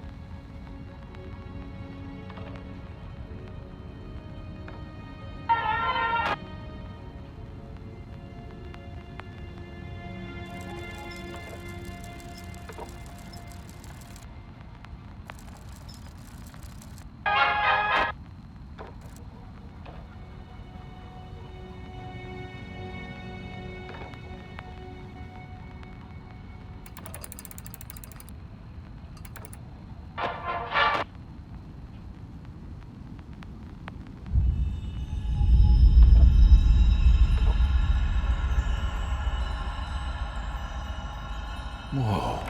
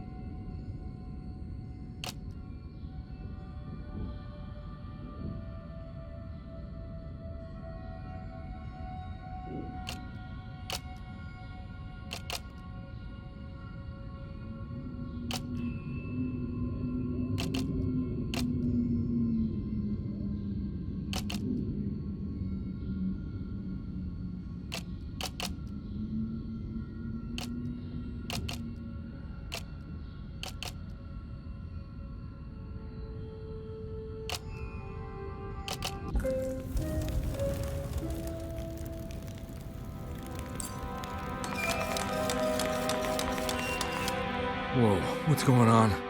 It's dialing in something all on its own and it's showing the way to another memory? Where is that?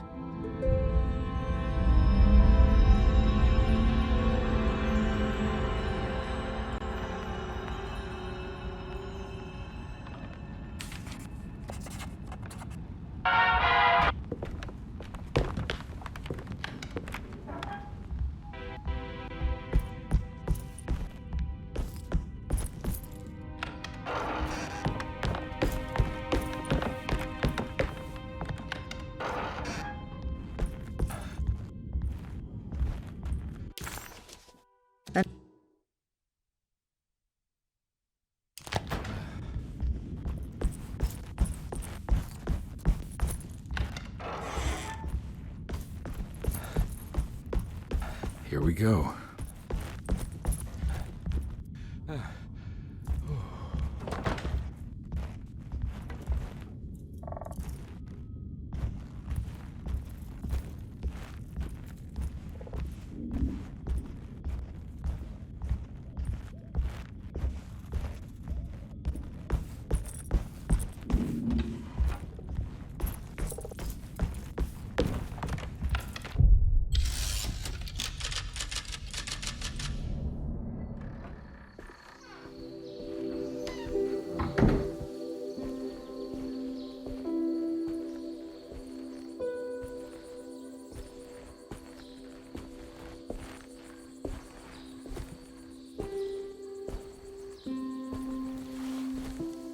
I'm glad to see you made it.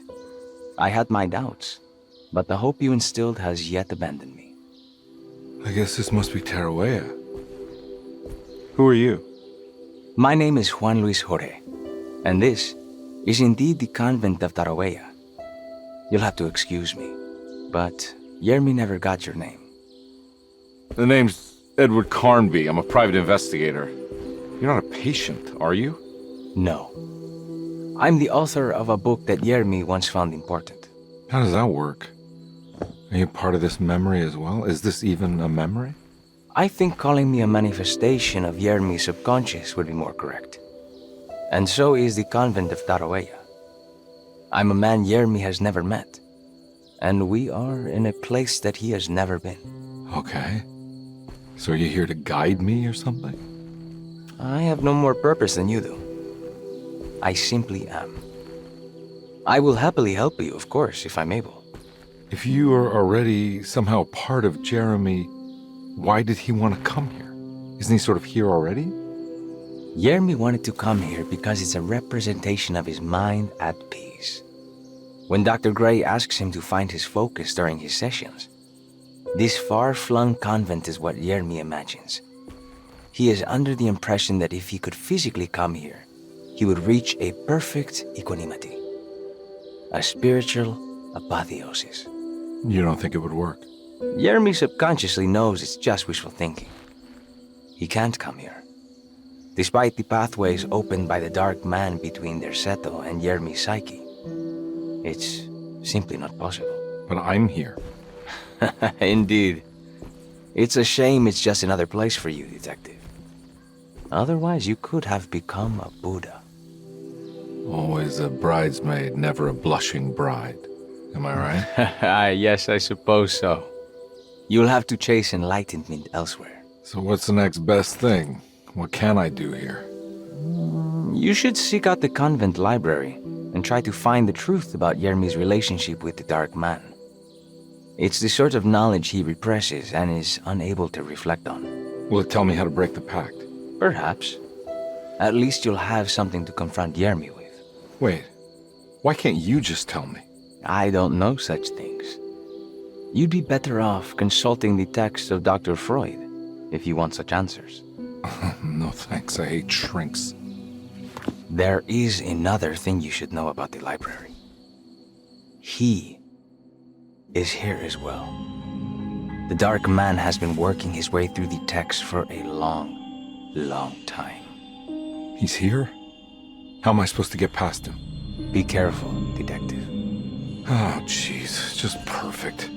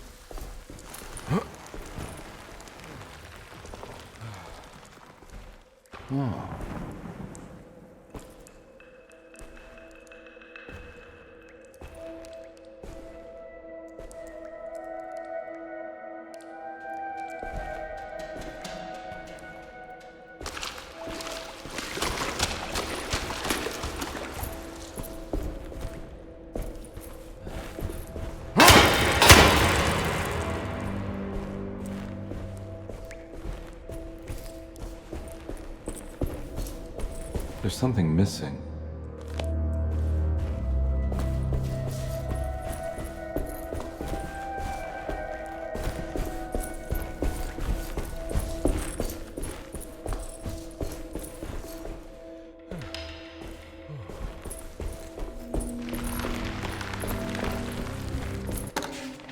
The great library was endless, beautiful, and terrible.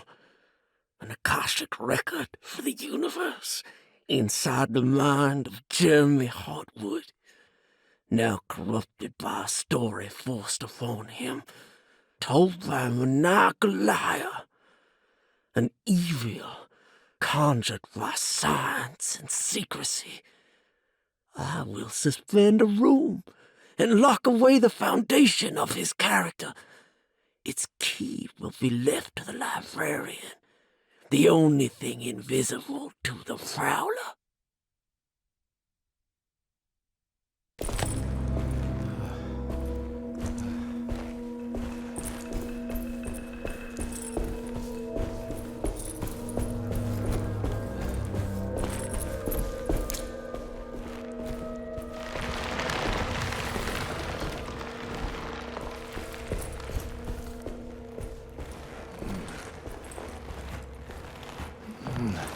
Nice.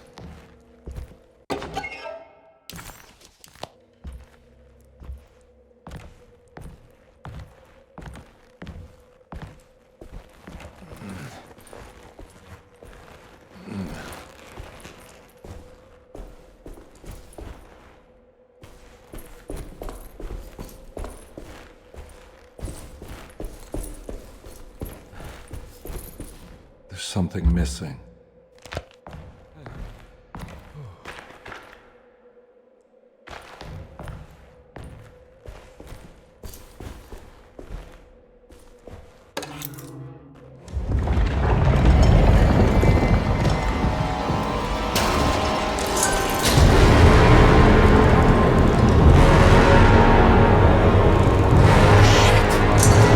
Manifest your worst fears, Jeremy.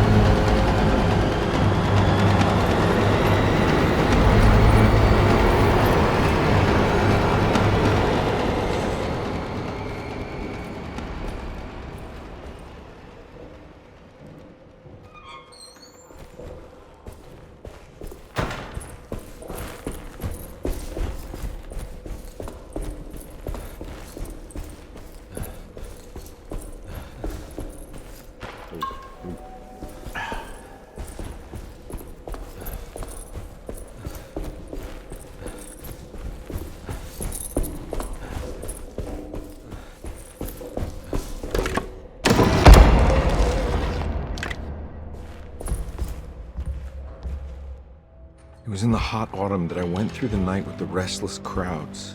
He was a kind of itinerant showman who held forth in public halls and aroused widespread fear. The New Orleans address of the event is lost, but I remember distinctly the Prext Shipping Company pressing their contribution. Hey.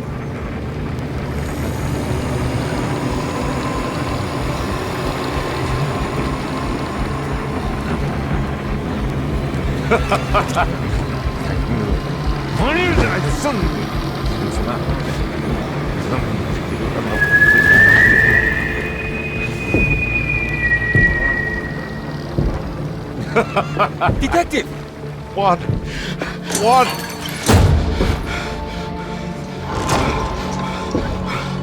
I hope you found what you were looking for. I fear there is no going back.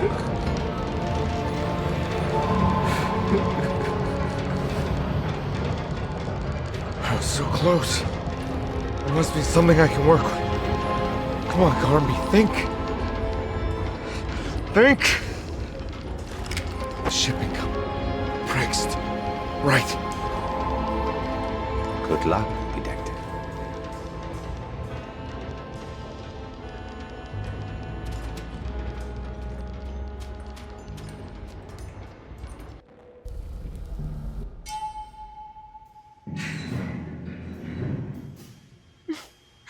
Well, thank God you're here, Detective. Sitting all alone in a place like this. I'd never live it down if the papers got wind of it. Hey. Ruth, right? Oh, don't pretend you don't know. I'm sure you have a whole file on me by now, Detective. I suppose we weren't formally introduced. I'm Ruth Talon. Miss Ruth Talon, in case you're wondering. Edward Carnby. Enchanté. Are you sure? I had too many already. Nice. It's good. I know. I have great taste, Detective. I heard you're trying to break Jeremy's promise to the Dark Man. Yeah. Do you know anything about that kind of stuff? No, but it makes you wonder. If he made a promise, can't he simply stand by his words?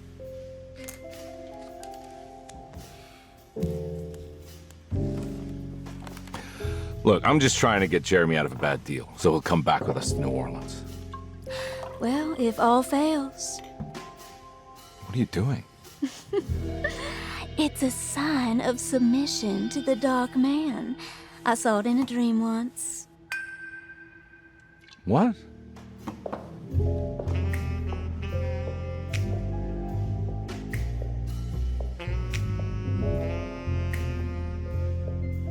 You don't know the Prext Shipping Company by any chance? I do. They made big money during the war. Their waterfront office is just over there. How did you do that? Do what, Detective? Bonne chance. Hey, have you seen Emily Hartwood anywhere? Are you trying to make me jealous, Detective? No, I haven't seen your doll anywhere.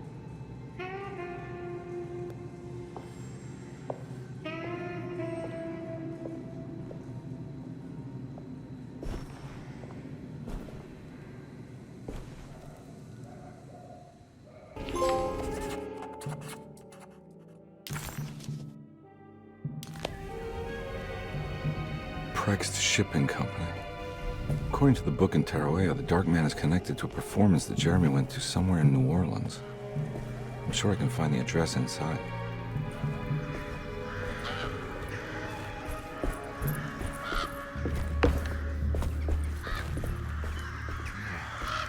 It's locked from the other side.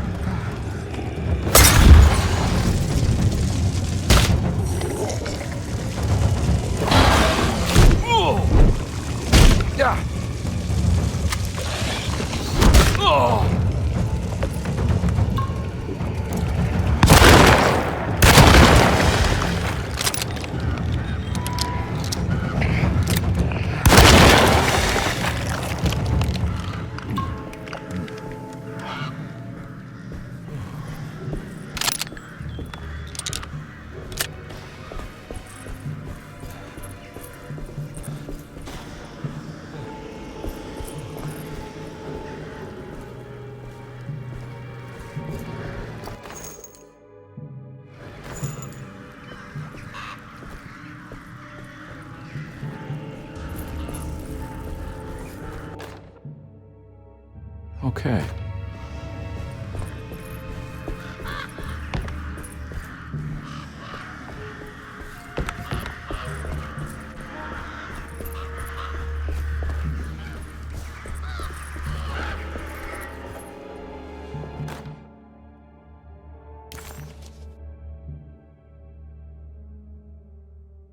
The sewer system has a tunnel running right below Preg's shipping company.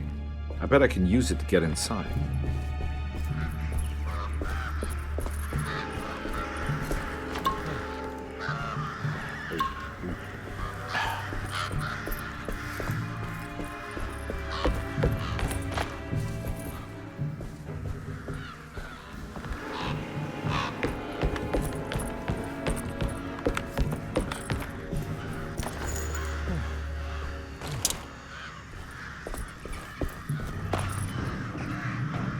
I need the key.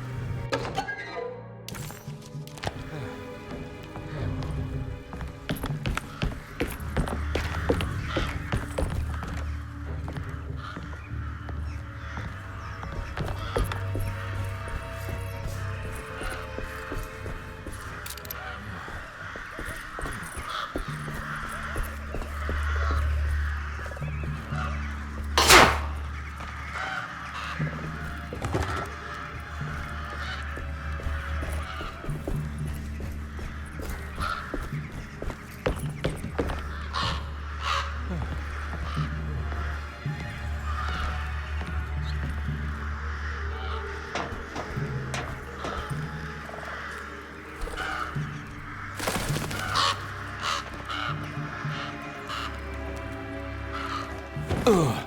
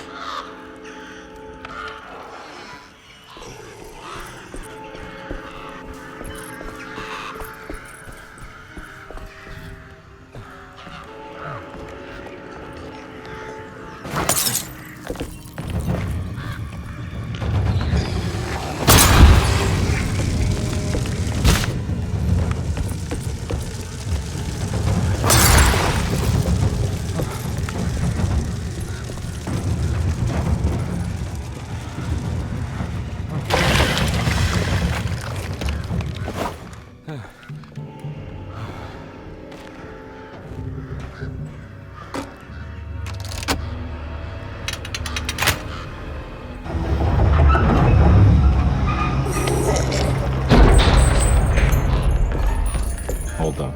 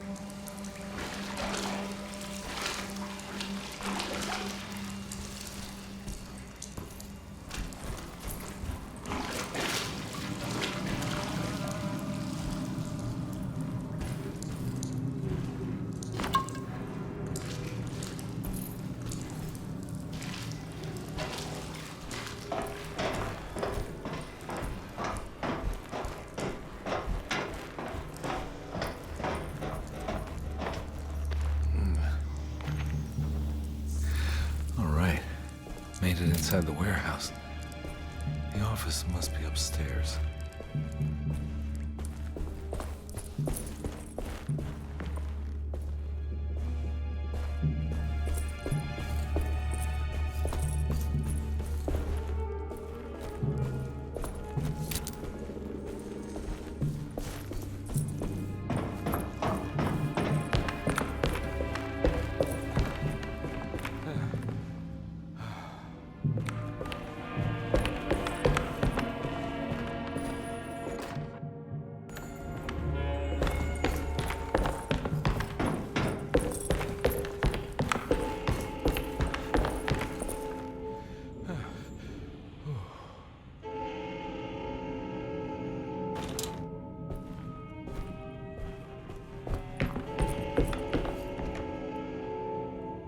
Hey, I always wanted to try one of these.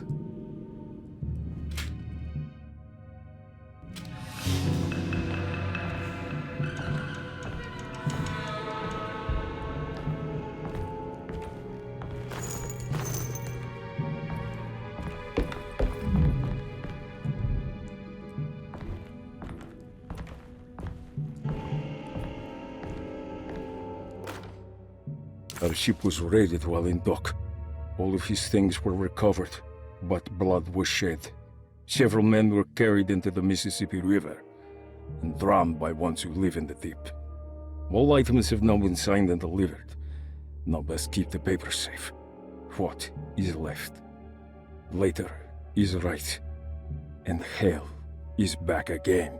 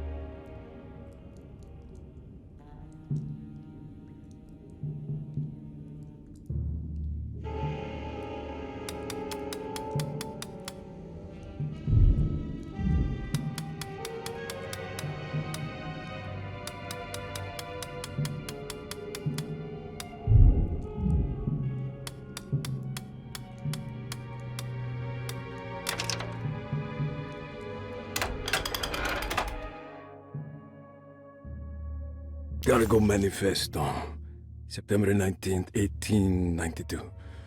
Breck Shipping Company delivered 4 steamer trunks, 1 Egyptian sarcophagus, and a large wooden crate belonging to the showman called the Black Pharaoh, performing at 18th Street.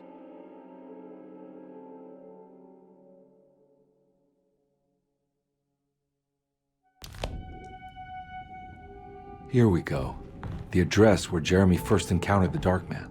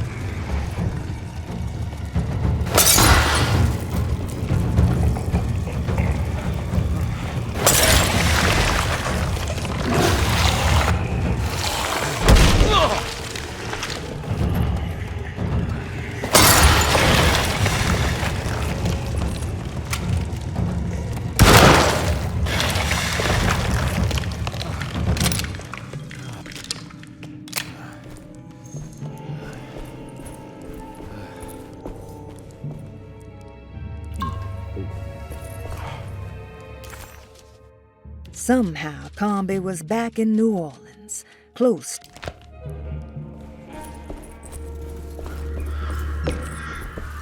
Looks like the fog cleared up.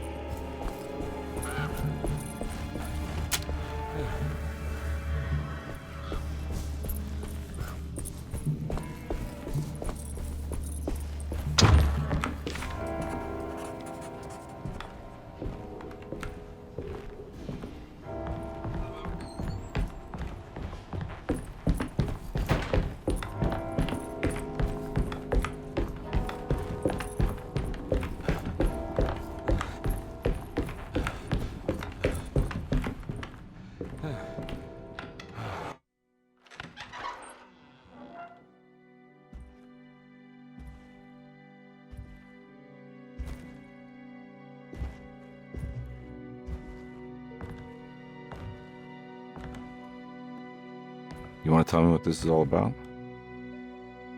Welcome, Detective, to the greatest show this side of the Mississippi. Now the hotel, the Black Pharaoh, the ancient magician who lived 1,000 lives and wore 1,000 masks. I can see why you settled on calling him the Dark Man. Saves your breath. So, you got scared by a stage magician, and now he's living inside your head. You can mock me, Detective. But you would be the crazy one to think his presence can be ignored. Look where we are!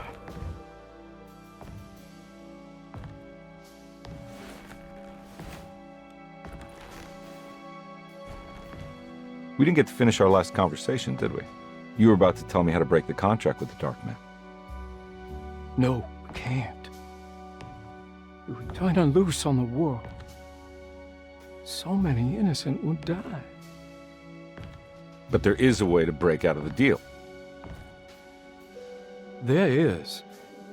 You offered me a way out. Steps to take. What are they? You'll never find them. They're forever entombed in his sunken desert temple.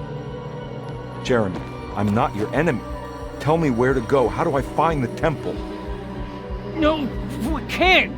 I have to make this sacrifice. God damn it, Jeremy. I'm gonna save you. Don't worry.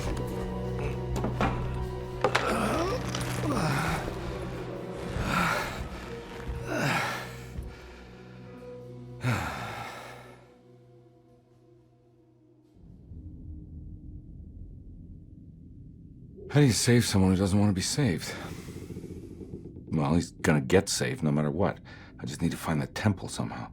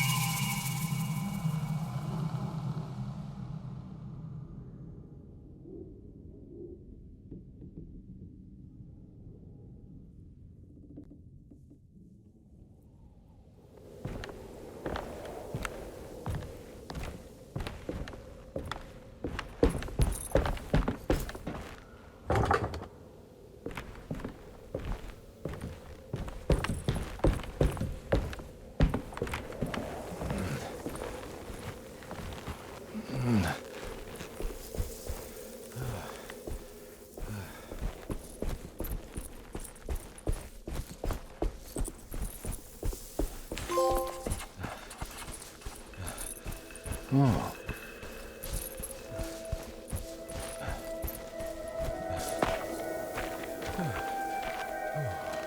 Ugh.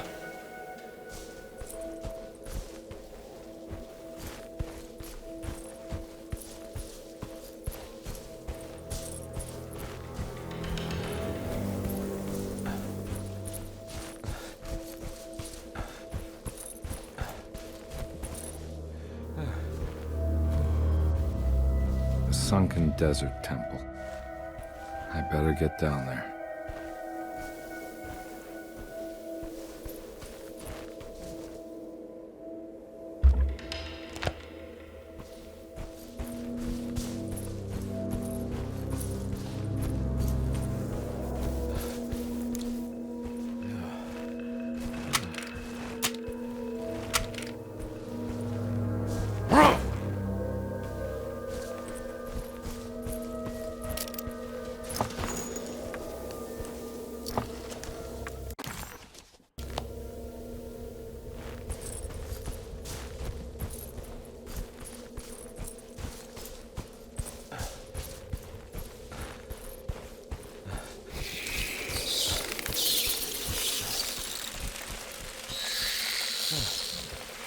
Here we go.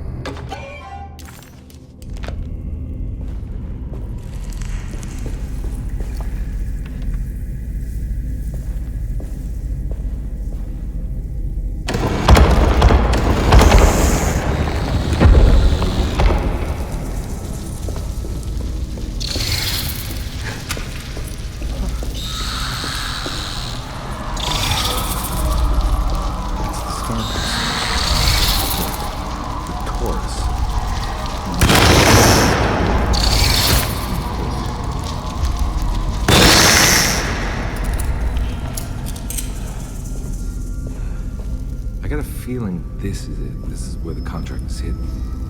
But how do I get to it?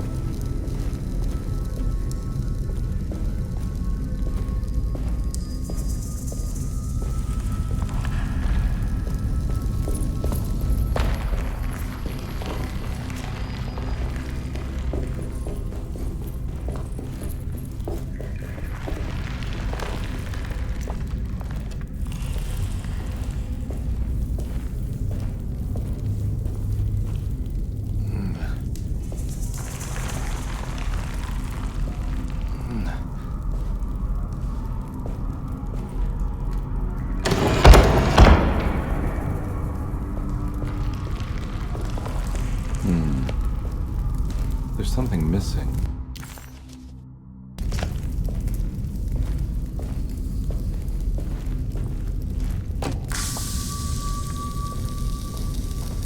This one looks operational. It worked.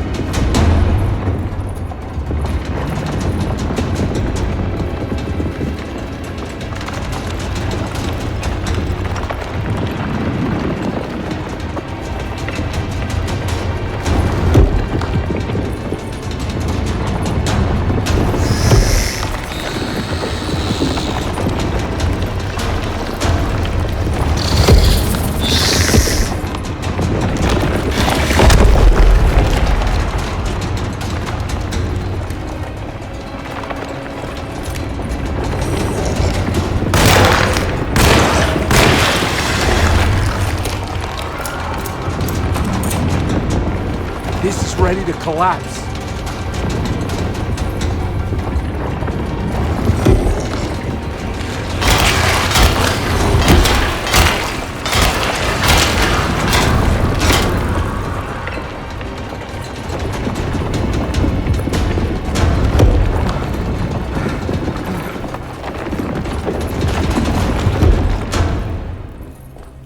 What is going on?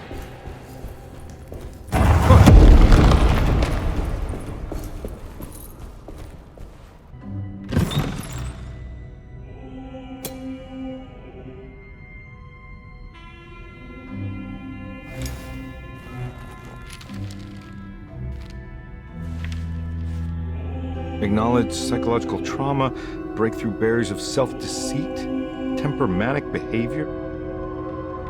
These are the Dark Man's terms. The contract. Huh?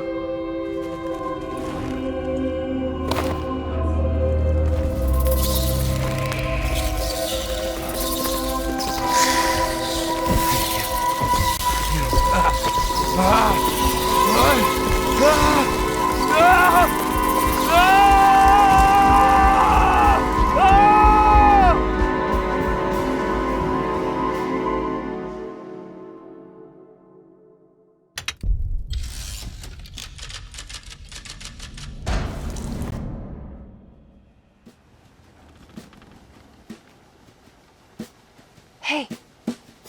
Hey, detective?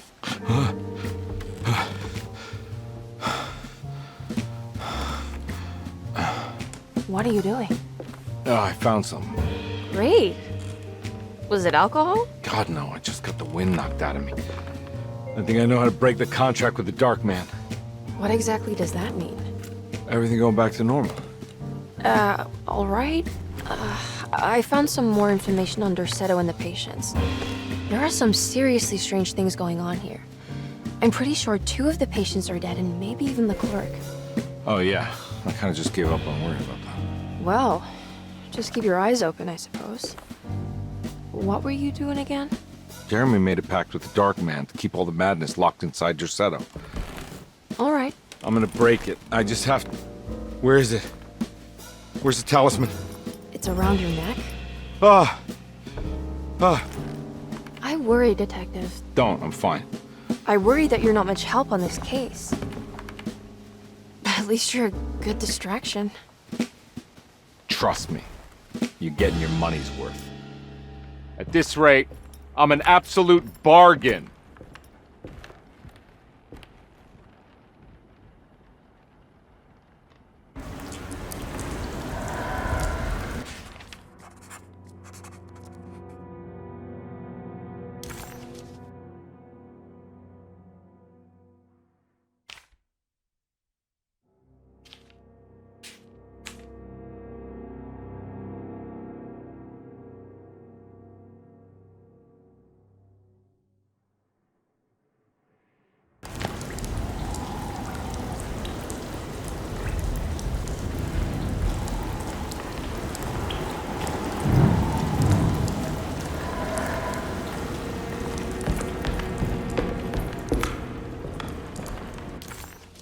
Combe never thought he'd be so happy to be back.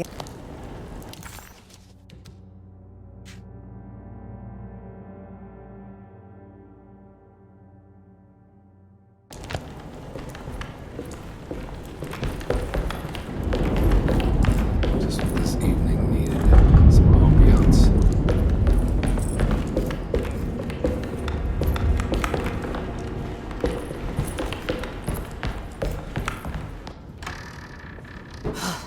Got to be around here somewhere. He wouldn't leave this house.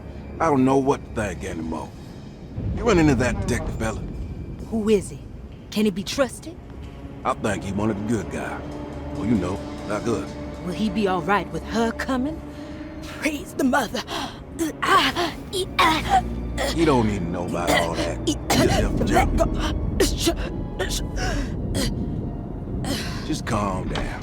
It ain't time yet. God, it hurts. As far as I can tell, Detective Combe seems to be solving problems, not causing them. Just be ready in case he starts anything.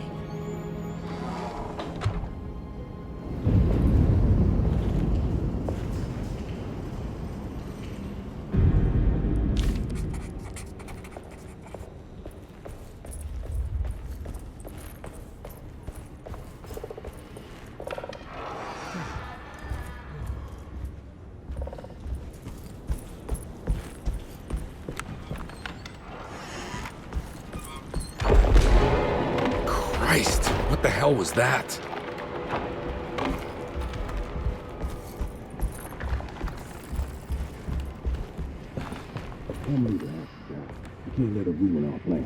I don't want to run into the orderlies right now. Not sure I can trust them.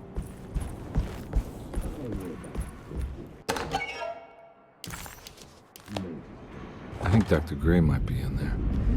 Perfect time to snoop around his office, though.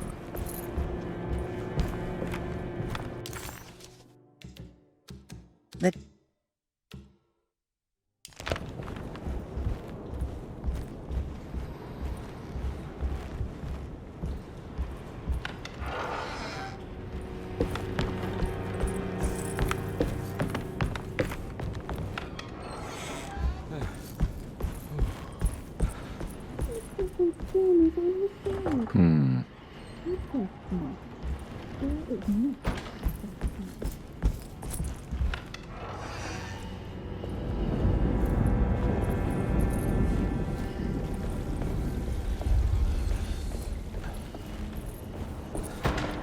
Mrs. Thompson, I understand the last week has been busy. Under these circumstances, I find it important to remind you that Derceto's concerns are not a public matter, nor is it something that should upset you. Please continue your excellent work, and don't spend a thought on the death of Perosi, or, more importantly, the suicide of Cassandra Beauregard. They should mean nothing to you or the staff. I rely on your loyalty, and trust that your close kinship with the Tabois siblings will keep Derceto's secrets hidden. Dr. Gray.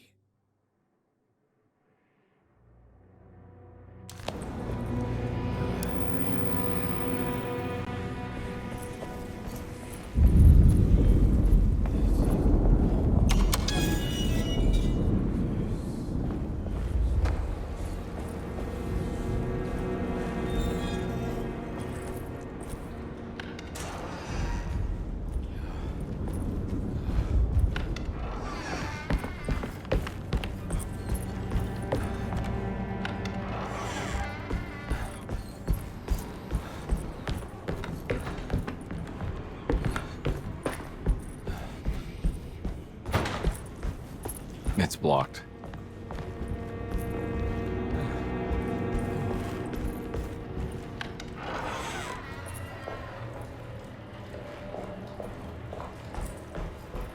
It's blocked.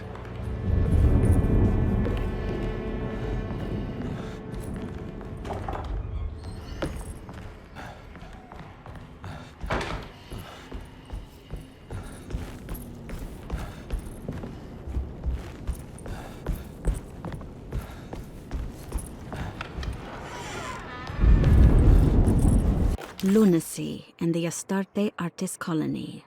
A monograph by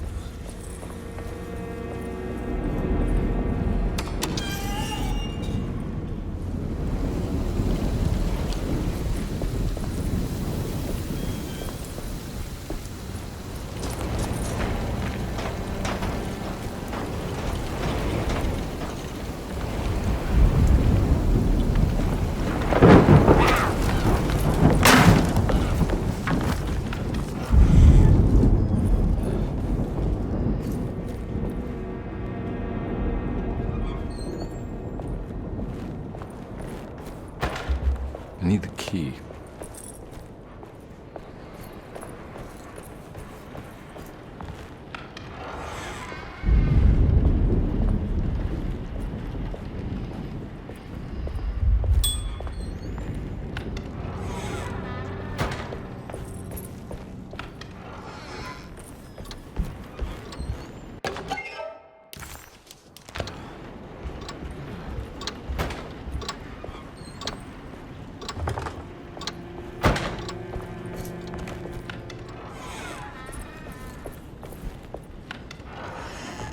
There must be a spare key to Dr. Gray's office in here somewhere.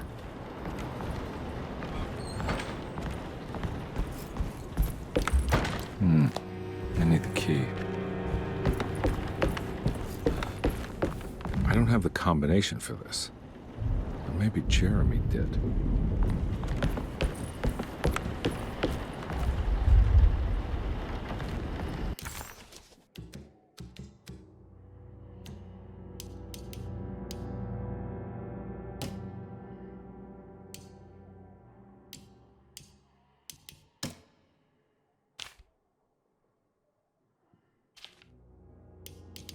All right, time to get Jeremy out of that contract so we can get the hell out of here. Something tells me I'm gonna have to put my talisman to use.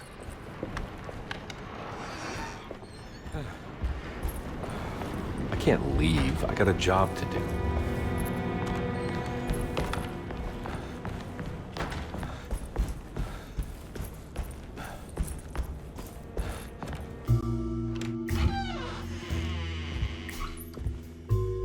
Detective Conby. Good to see you again. Solved the case yet?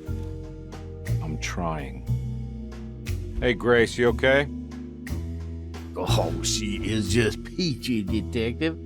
Are you looking forward to the Feast of St. John, Grace? I can't wait. Kids, ain't they great? What exactly are you planning for tonight? Oh, not much. We eat, we drink, we pay tribute to the wishing tree in the conservatory. The usual. Then why all the excitement?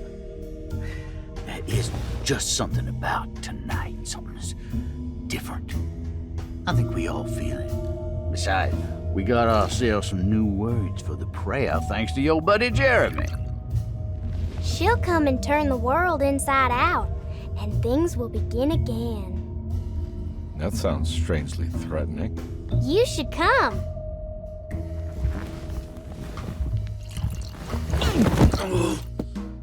God damn it, Grace. Stay put for once.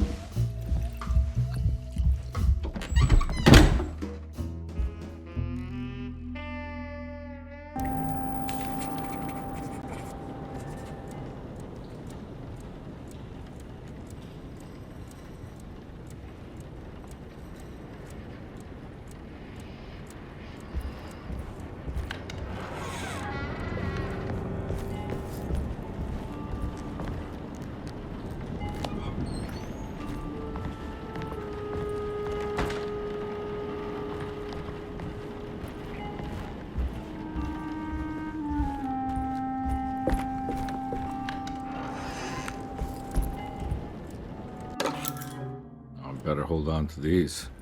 Wouldn't want them to get lost.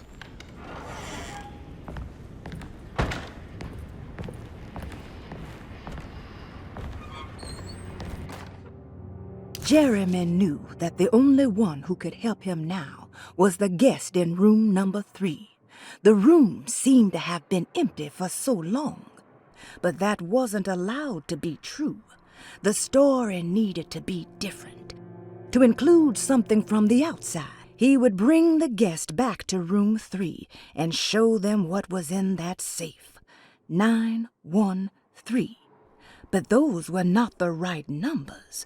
That was the combination for the safe in the clerk's office.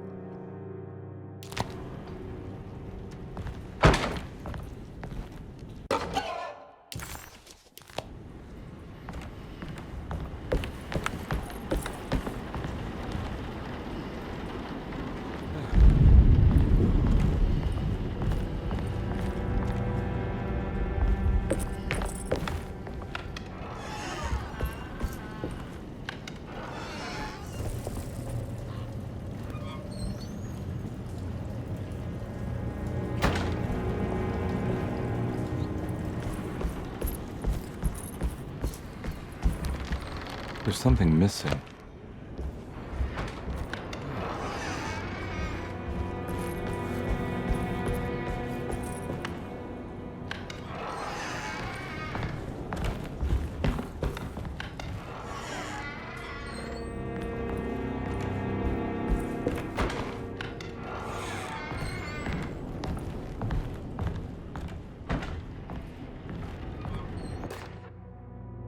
Detective Comby, I'm terribly sorry that my niece has pulled you into this mess.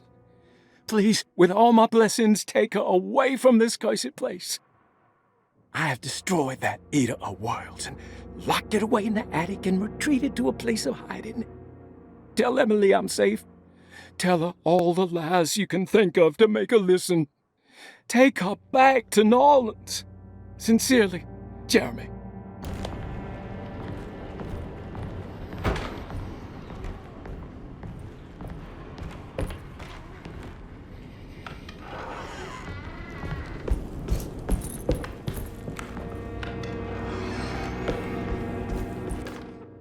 Brother, I need you to trust me. This is the most important moment in our family's history. I know you have doubts and that the terrible Mama Loa told you lies. I would never betray you. I promise. Lottie.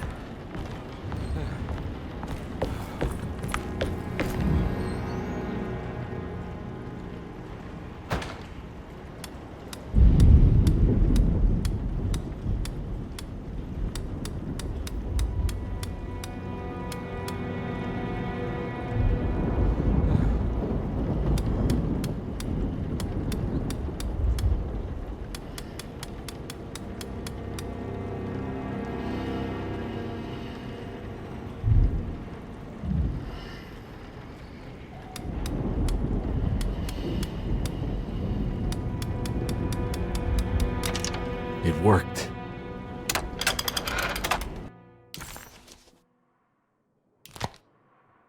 The last guest in the empty room suffered from severe maladaptation.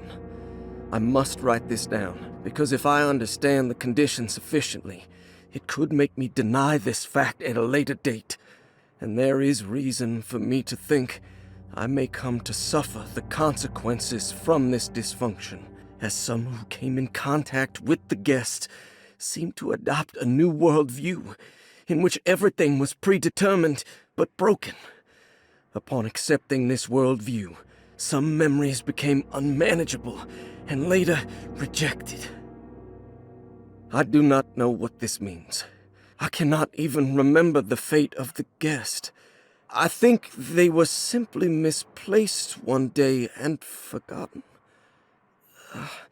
Just like all documents pertaining to this guest, they have all been destroyed, or they never existed in the first place. Who wrote this? There has never been a guest in the empty room.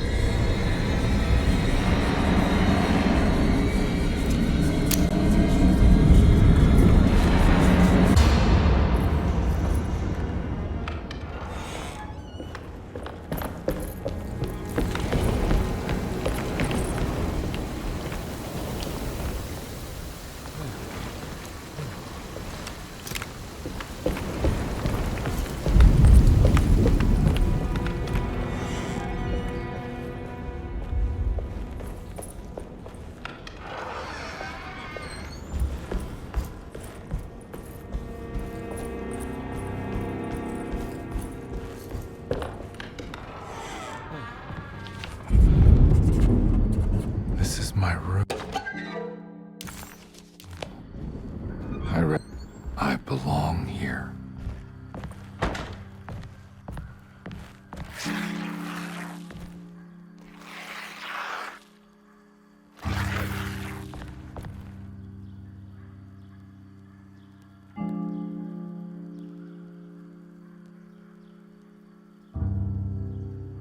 I know that number.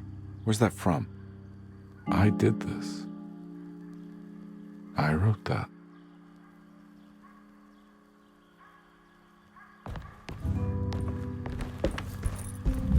I know the combination. I carry it with me.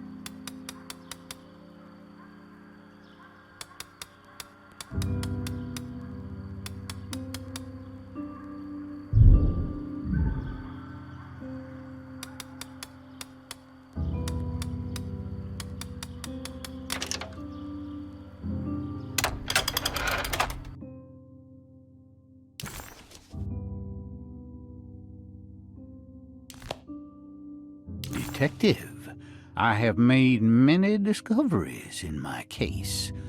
The child we want is safe, thanks to good people like me and you. We're so similar, but you don't see all the things I do. To find your man, Jeremy, you also need to look for the girl. It has always been that way. The young deliver us all. You should have a look in my room. There's a piece of the puzzle you will need. Take care now. My coffee.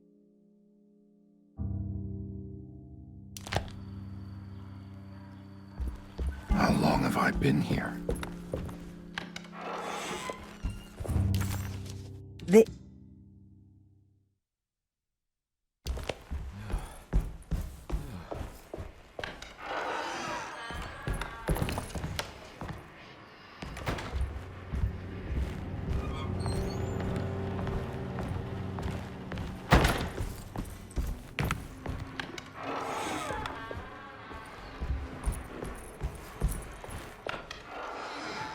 Surprisingly neat.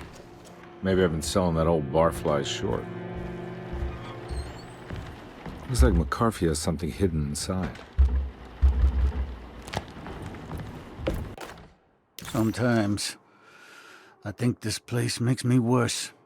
That Derceto might be my grave. A coffin made of ostentatious architecture. A Taj Mahal for the drunken depressed. There's something about Derceto. Something about Dr. Gray. Like we all pretend that we're here to get better, when in fact we are here to be forgotten.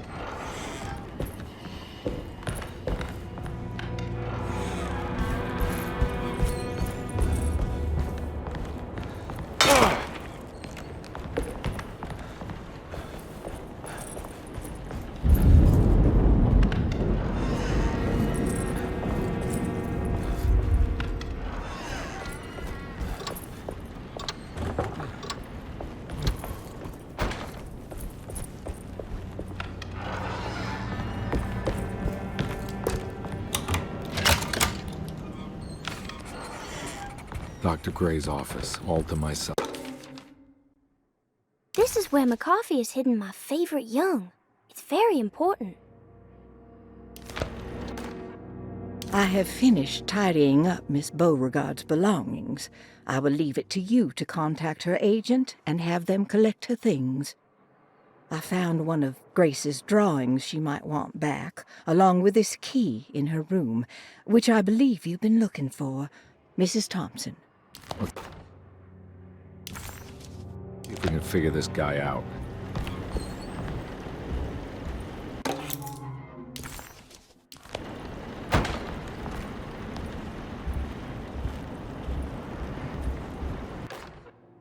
Dearest Dr. Manzetti, I find myself in a losing battle with my patient. As I've disclosed in my previous letter, his delusions have him completely captured. It's bad enough that he is torturing himself with paranoia, but his madness turns out to be quite persuasive to others, effectively laying the ground for mass delusion. I am writing to you in hope that you can give me some guidance. Beyond my ambition to avoid devastating surgery on my patient, I have grown worried about my own defenses. The words of my patient are deranged, yet they often resonate with something primitive within me. I have tried photographing his brain with X-rays. It was surprisingly difficult to get good results. Dark blotches on the plates kept obscuring all details. My patient looked at the bad plates and cried out in terror, telling me the dark areas was the shadow of the worm, eating him from inside. I could not see anything out of the ordinary. I hope this is a sign that my mind is not as receptive to the madness as I had feared. After further inquiry, my patient described the shadows inside his mind as some kind of chthonic monstrosity that wants to undermine his sanctuary. This is clearly a reference to a place he calls Teroea, a sort of library or convent that works as a psychological haven. With this imaginary haven threatened by this Chthonian, he has now constructed another, less pleasant hiding spot.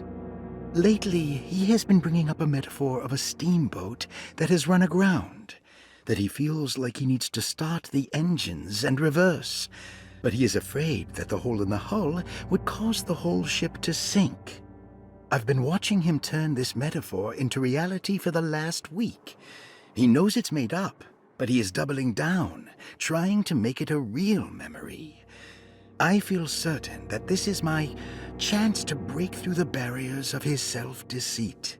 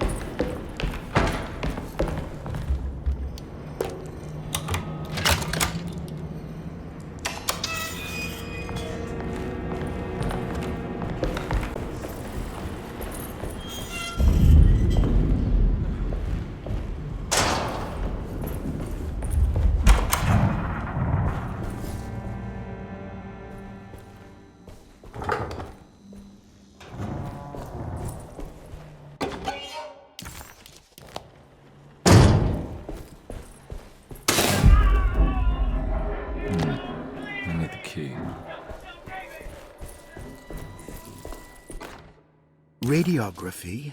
Patient Jeremy Hotwood. Date. Hypothetical psychosurgery.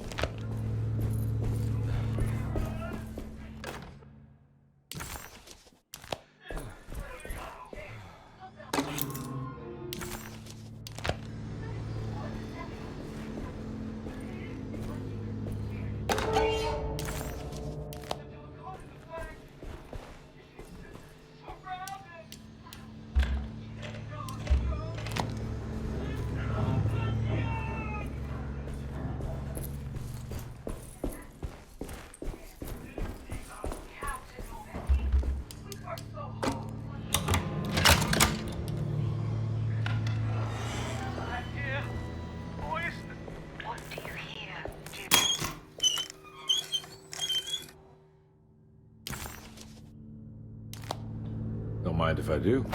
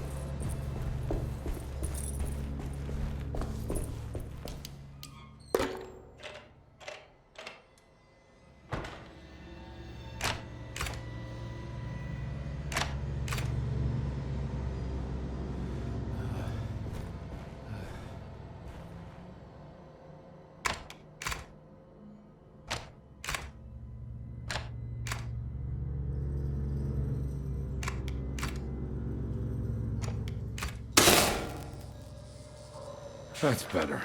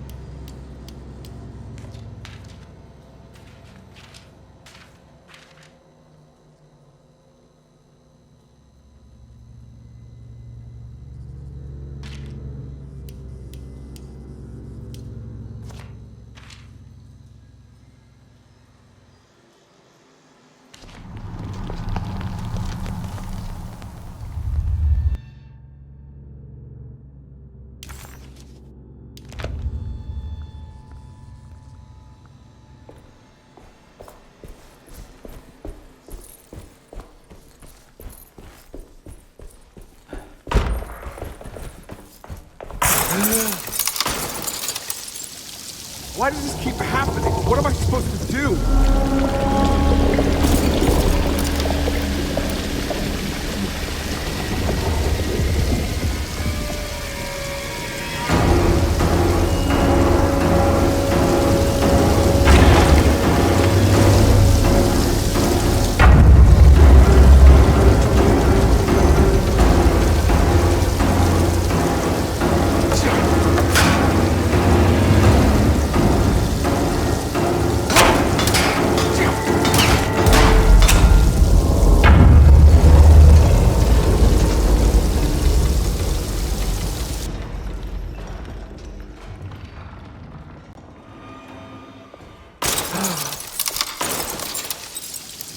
Why does this keep happening? What am I supposed to do?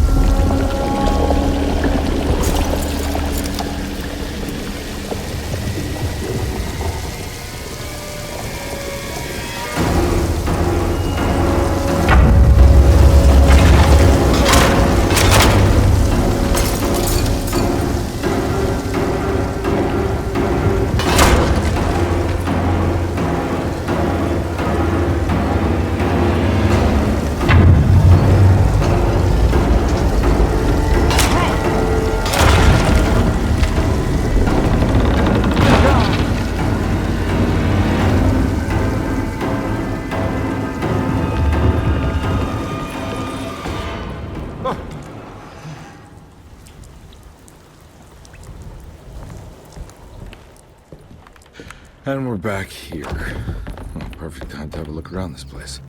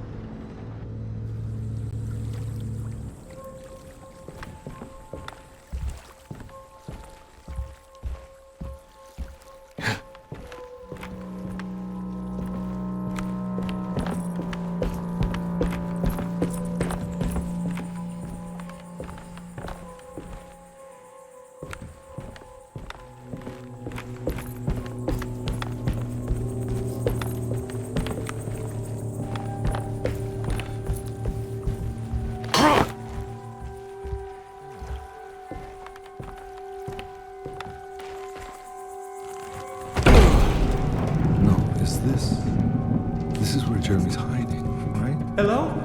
Is anyone there? Jeremy? I need help! Wait. Can you hear me? I'm stuck in the mud and the fire is taking Jeremy, me. where are you? The motor is dead. I can't do anything more. Hang on, Jeremy. I'll figure something out. I'll get the boat running.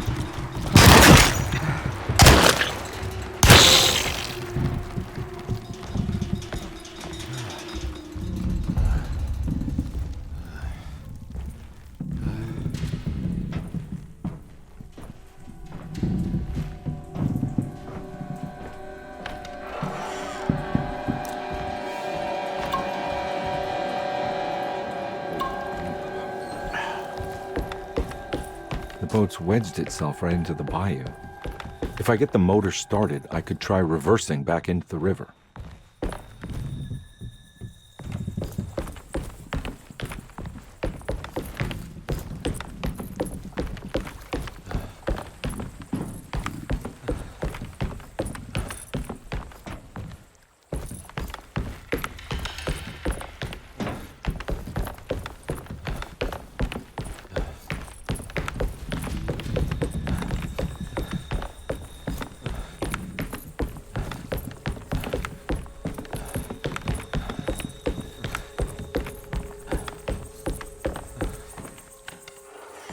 Jeremy, where are you?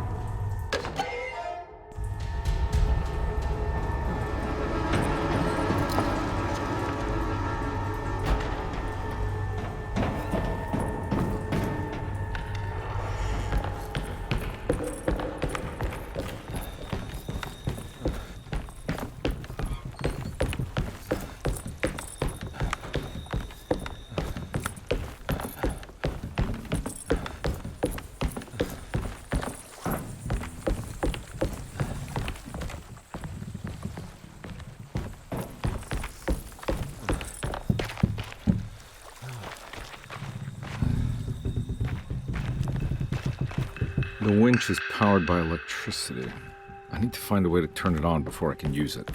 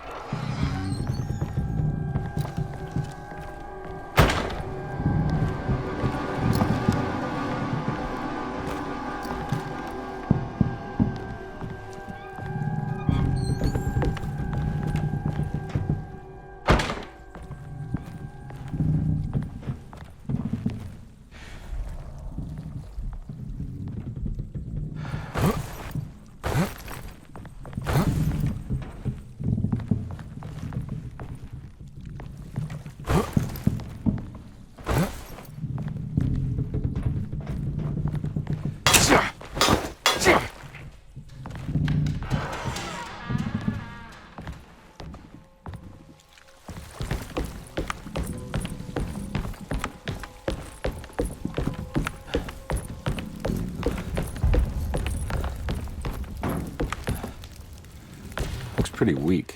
I just need something to break it.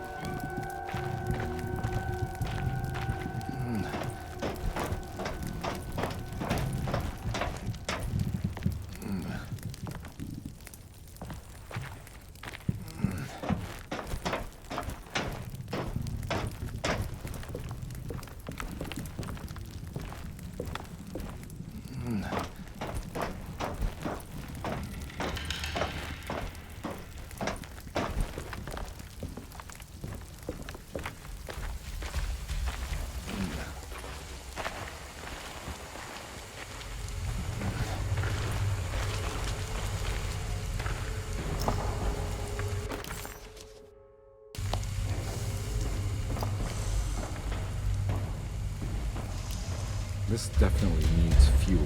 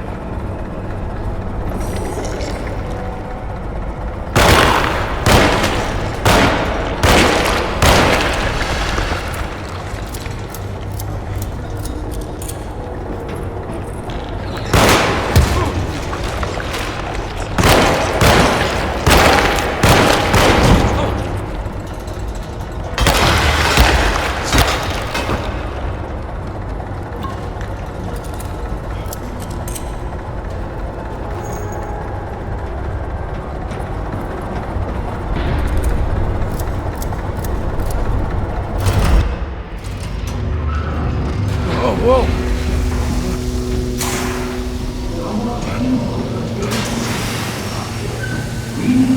I'll try.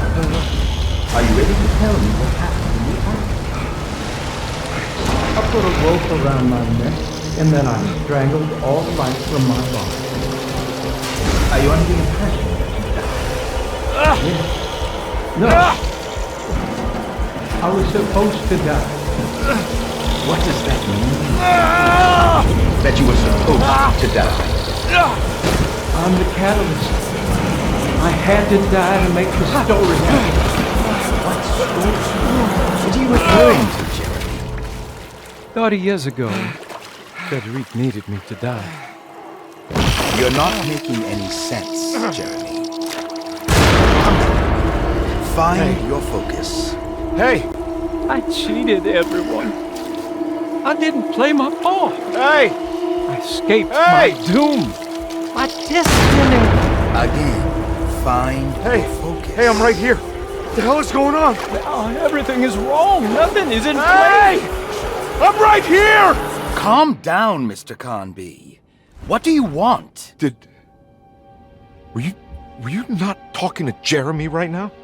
I haven't seen Jeremy all day. Are you all right, Detective?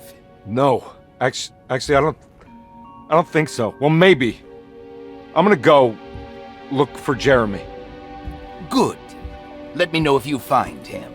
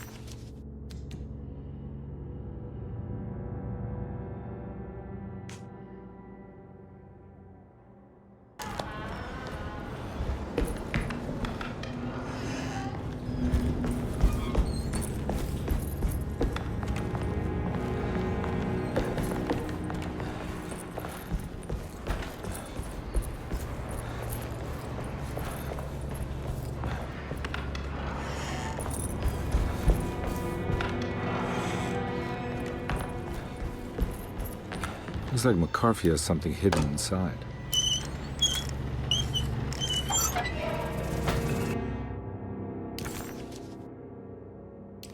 Why would McCarthy lock this up?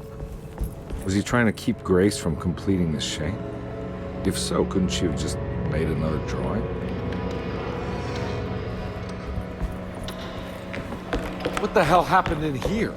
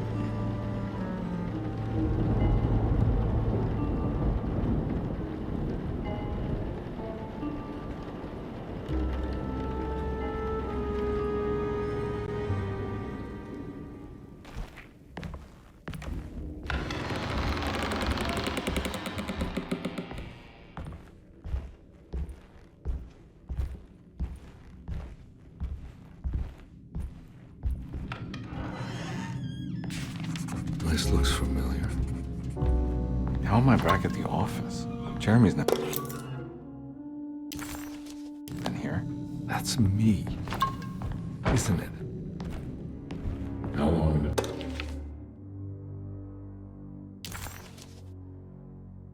Been since I drowned myself in drink and depression.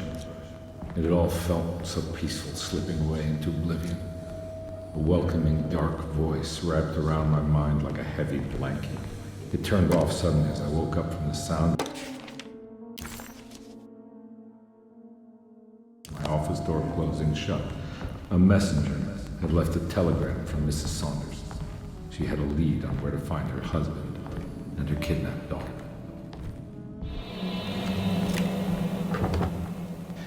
I think I need to figure out where I'm going first.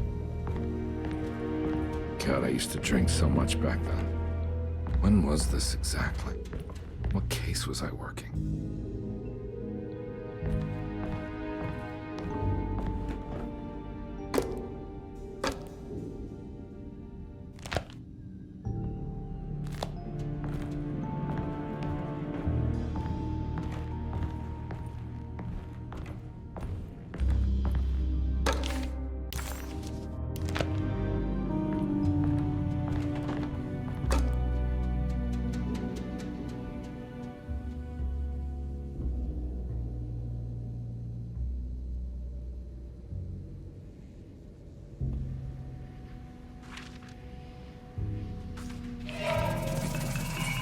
I remember this case. Some kid got taken by her father, headed out of state, but he had made a mistake by selling a painting that his wife actually cared about to a collector named Thornhill to fund his venture. That's how I tracked him down. At least I think so.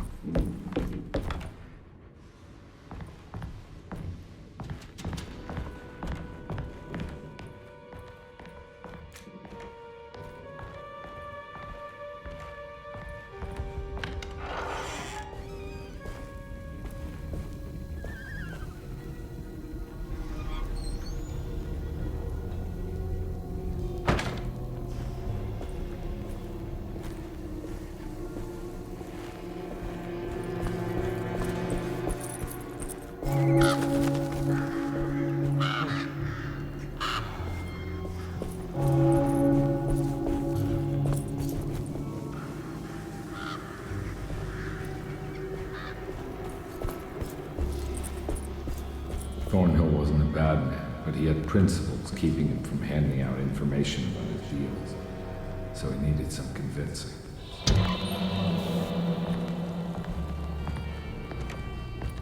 Well, every case can't be squeaky clean.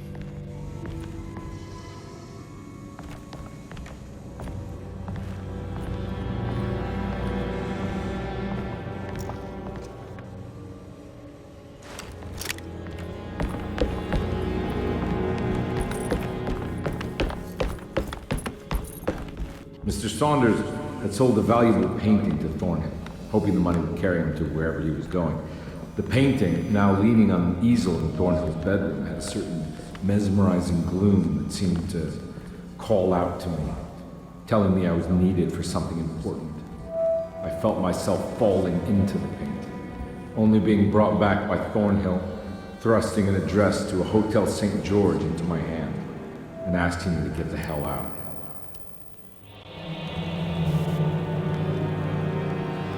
I don't remember this at all. But I can't say it didn't happen.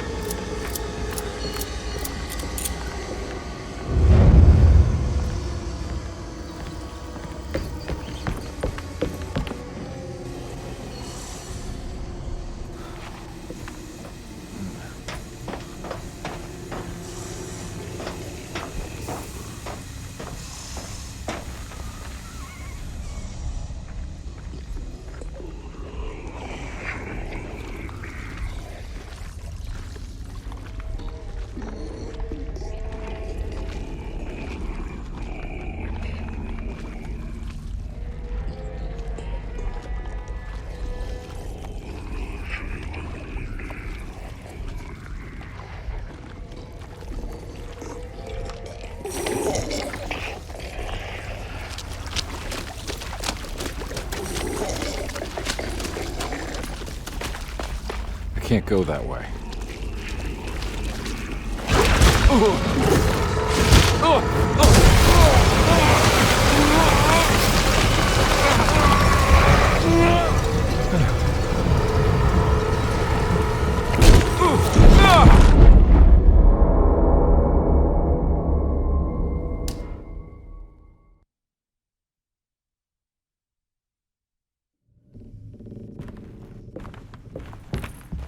Mr. Saunders had sold a valuable painting to Thornhill, hoping the money would carry him to wherever he was going. The painting, now leaning on an easel in Thornhill's bedroom, had a certain mesmerizing gloom that seemed to call out to me, telling me I was needed for something important. I felt myself falling into the painting, only being brought back by Thornhill, thrusting an address to a Hotel St. George into my hand and asking me to get the hell out.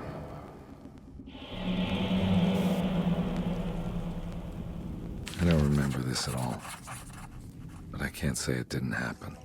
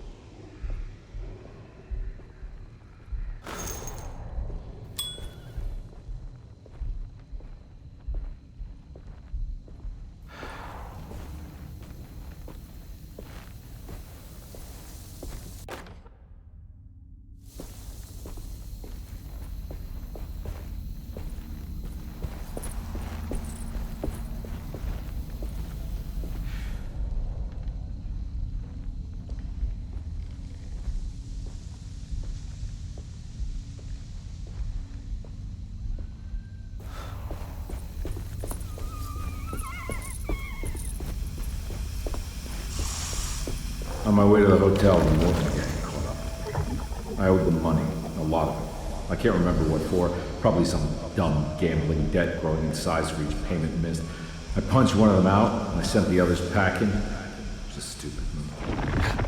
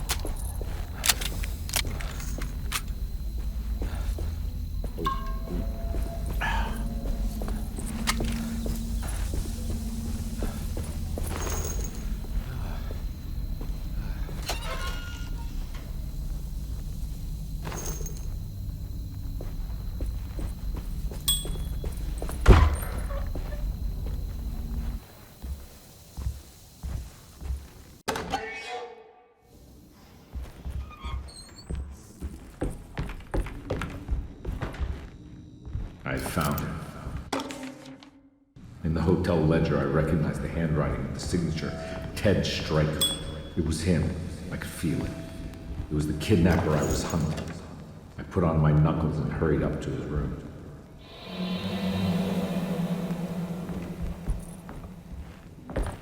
Something about that name, Ted Stryker, rings a bell.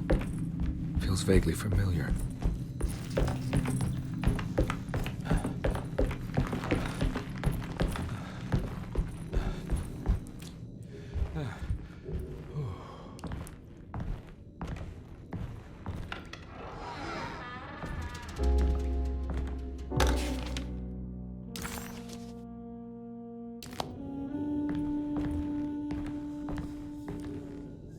I recognize this room, but I didn't catch up with them here. I must have followed them. But where?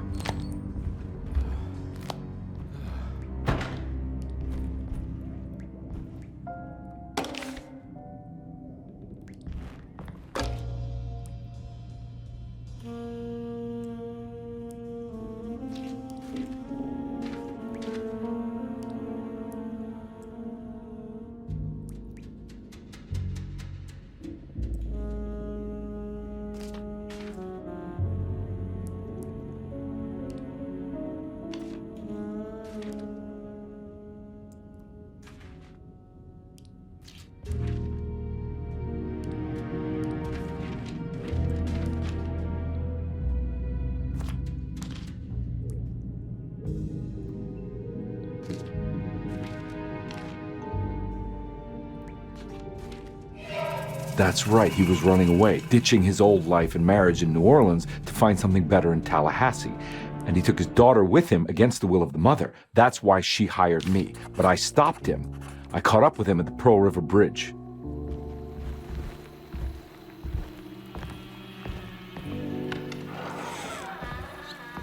Pearl River. This is where I caught up with them. This is what the Dark Man wanted me to revisit. But I'm still not seeing it. What am I forgetting?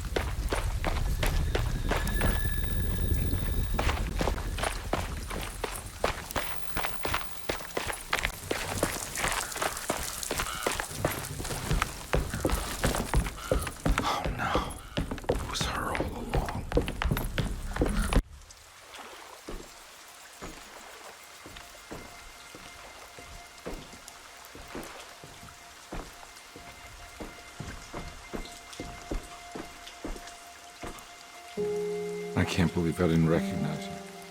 I looked a little different back then, I suppose. Was any of this real? How do you mean? This day, just...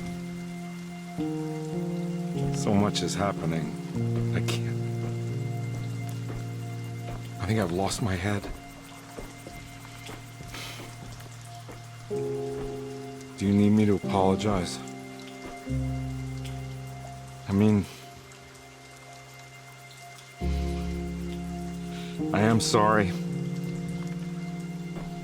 I don't think I need to begin to explain. You're just a kid, Grace. I'm really sorry. I didn't mean for it to happen. Lies. More lies. No, really.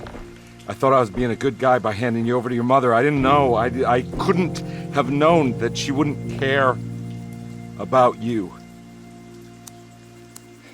I don't know how this works.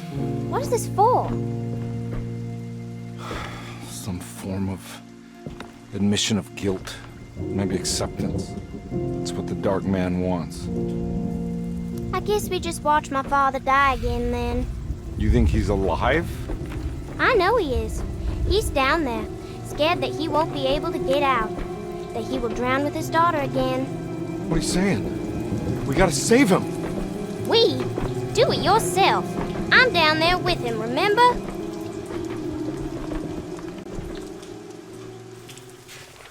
Can I really save them? This all happened so long ago. I have to find a way to get down there. I have to see it with my own eyes. There was a boat at the house where I entered. If I can raise the bridge, I should be able to get to the car.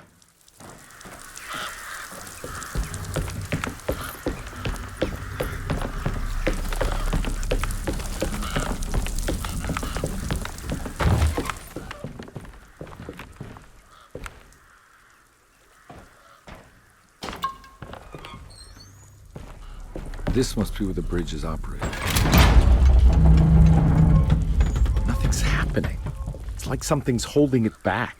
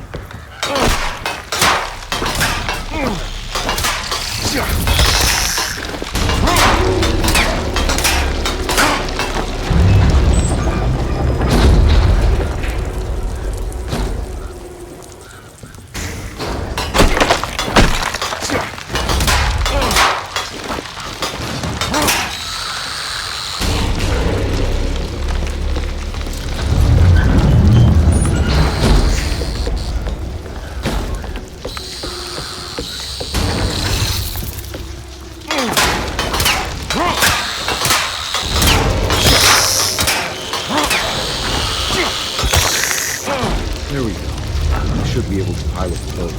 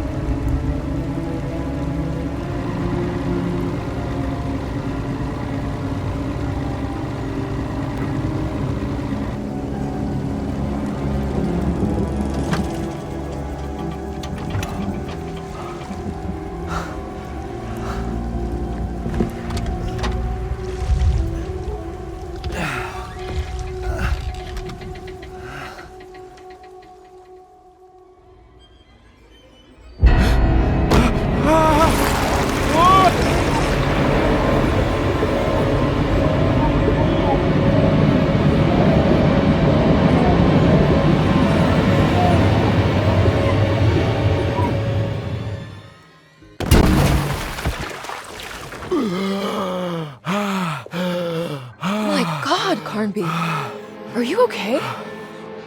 Don't leave me alone. What the hell have you been doing?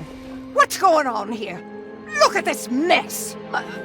I'm sorry, Mrs. Thompson. Don't make me kick you out of this house. Now get out!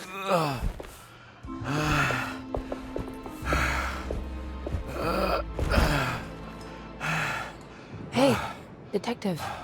Mr. Carnby. I'm really worried about you. I'm okay. I just need to catch my breath for a moment. This place? There are some very disturbed figures around here. And I don't think it's just the patients. I've been reading some things about how Derceto has a deranging effect on people.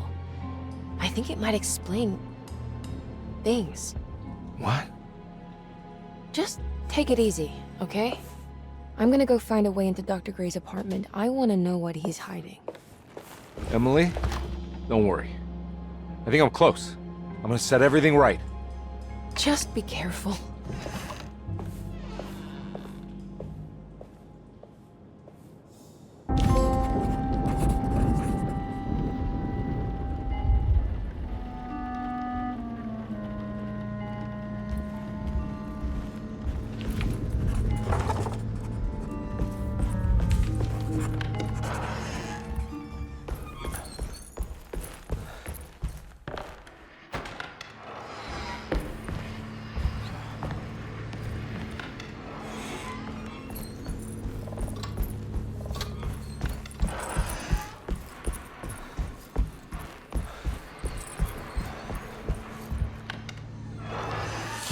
Detective, am I glad to see you. Lock the door, will you? I don't think Dr. Gray would appreciate us snooping around. What's going on here? This feels so strange.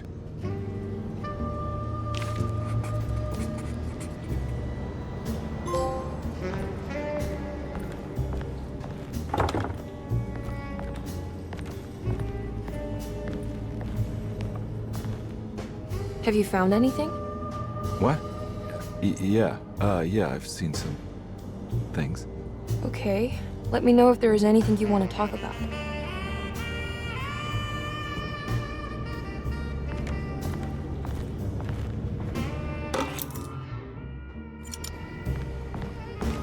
There's a book missing. What did you do? I was just rearranging the books. Well, come on, let's check it out.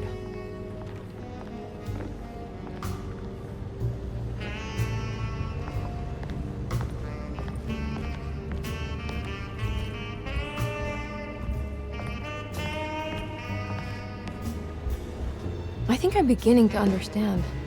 Dr. Gray is dealing with some kind of mass delusion.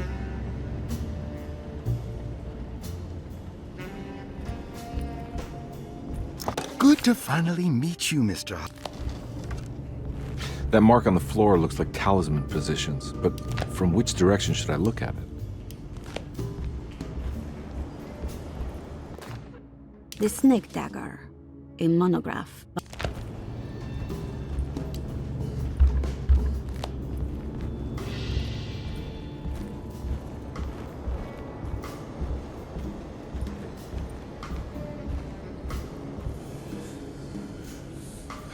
What were you saying about mass delusion? Derceto seems to have a deranging effect on people living close by.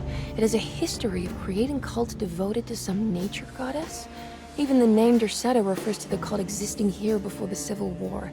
Derceto was the name of an ancient fertility goddess worshipped in Syria. Dr. Gray and his friends, however, seem to prefer the black goat of the woods with 1,000 young, or Shub-Nigroth. And that name can only have come from my uncle's twisted mind.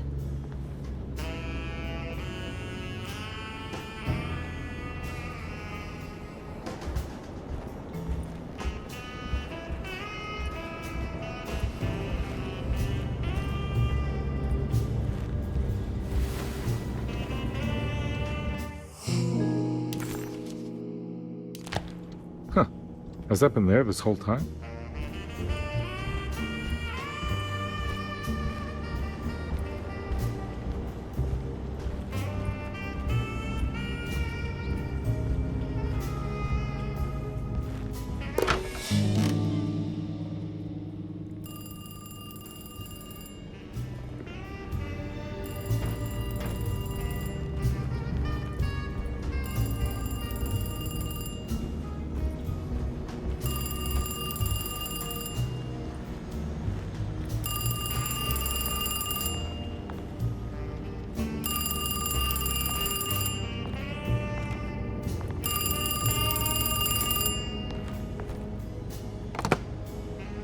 Hello? Detective Conby? Who is this? Jeremy? Jeremy is with the Dark Man. You can't save him. Well, I've done everything he wanted so far, and there's just one more thing on the list. I expect him to keep his promise and return Jeremy unharmed. Get out, Detective. While you still can.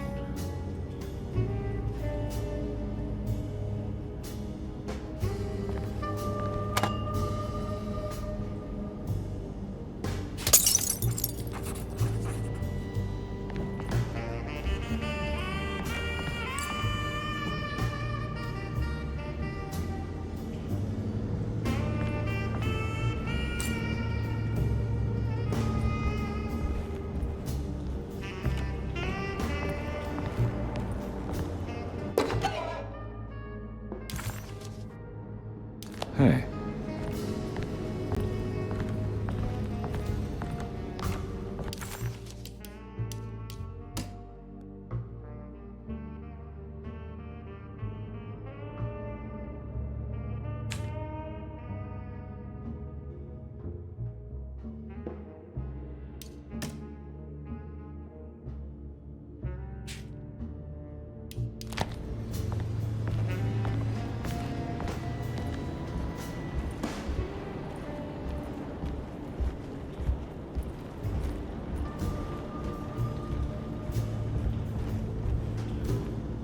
You think all of them are in this cult business? Even Jeremy? I'm not sure any of them have a choice at this point. We just need to find a way to stop all of this.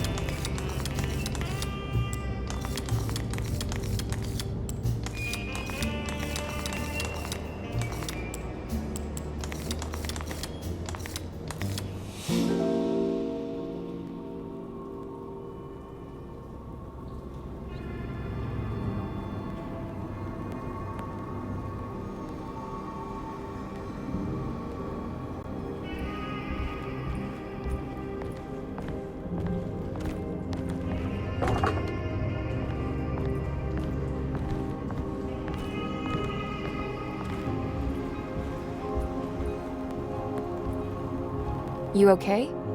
You look a little frazzled. Just stupid telephone. I know. I tried calling the police earlier. The telephone is completely dead. It's not... Yeah, no, the telephone isn't working.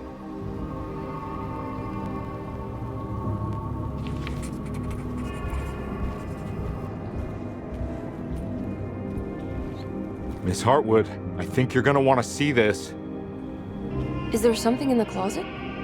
Yeah, there is. You don't see the very obvious gate leading to whatever Jeremy's madness is serving up next? I don't understand. Are you making some kind of fashion metaphor? I'm sorry, I don't have time for this. Can you just tell me what you're doing? You don't see this! It's fine. It's fine. Catch you later. Are you going inside the closet? Yeah. You got a problem with that? No. Do what you think is right, Detective. Sorry, I didn't mean to. Goodbye, Miss Hartwood.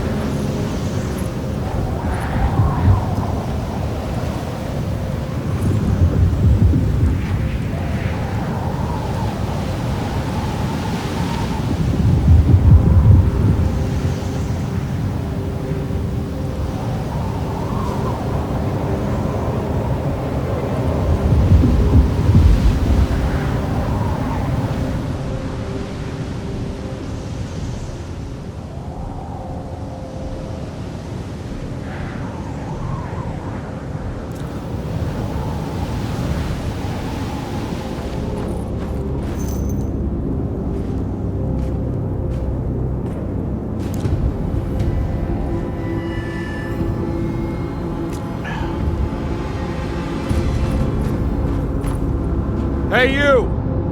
What are you doing here? What is this place? Turn back, detective. You're not wanted here. Whoa, take it easy. I'm not your enemy. Oh, you're wrong, detective. You're wrong.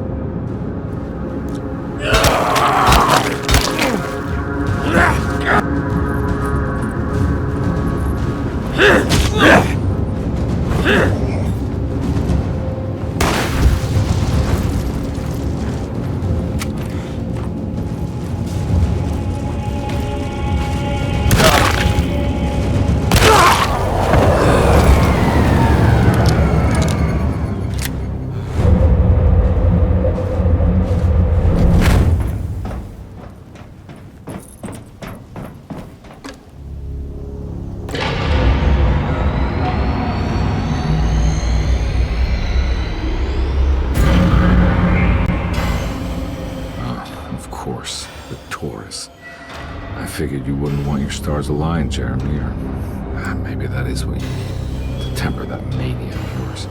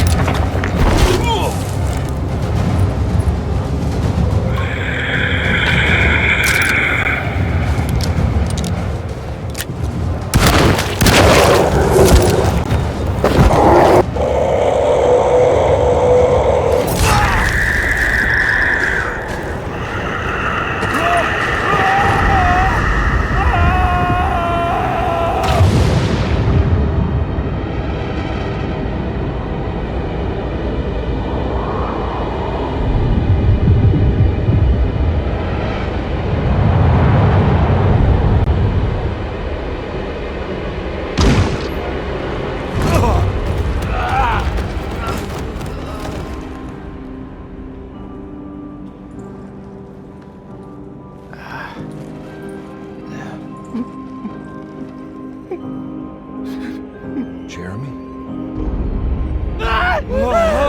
I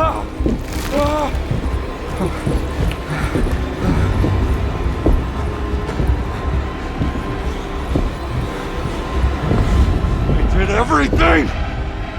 Aren't you happy? Stupid charlatan! What more do you want from me? You want me to lose my mind? Oh, my lord! Doctor! Baptiste! Quick! Jesus. What were you thinking, compadre?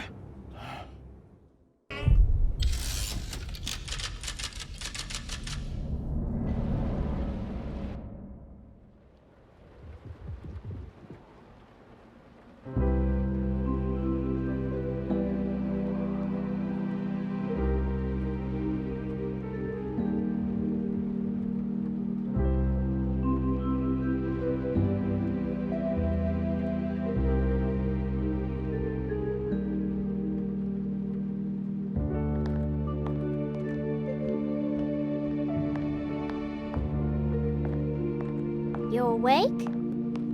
You are awake. Mr. Conby's up. Hey, buddy! I thought you'd be knocked out for the rest of the night. Come on out and join us, will you? I'll save you some gumbo. Good to have you back. You gave us all a good scare. What happened? You had a psychological breakdown. Sorry for manhandling you, but you were being violent. You stabbed Jeremy and then punched Dr. Gray. Are they okay? Jeremy's a little strange, but everything's back to normal. Really? All thanks to you, combat. You want to try standing up?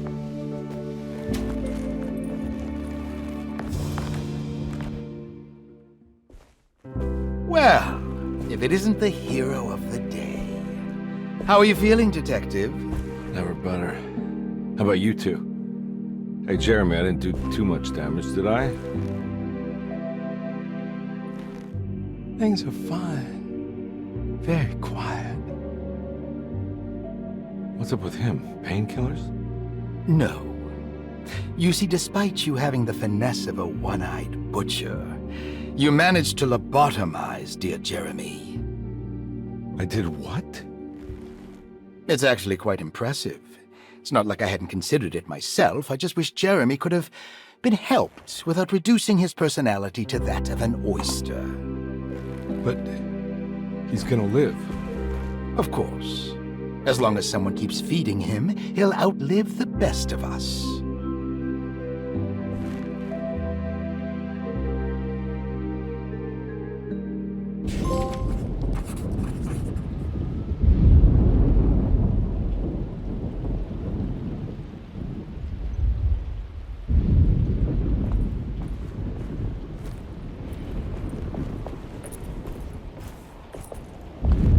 Hey, Ruth. Glad to see you made it back to Derceto. You too, Detective. Make sure to stay for the festivities. It's no Mardi Gras, but it ain't bad.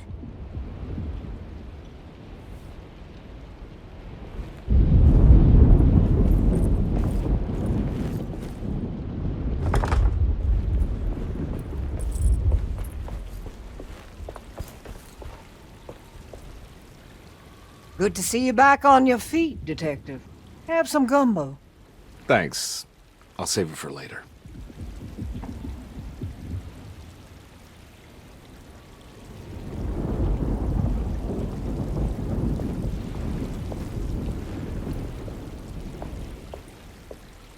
All right, tell me, what the hell's about to happen here? Every year we have a little turn the page ceremony by the tree. It's symbolical. It's like life has its cycles of grief and happiness. You know? Just like a tree facing the seasons. Things change, but remain the same.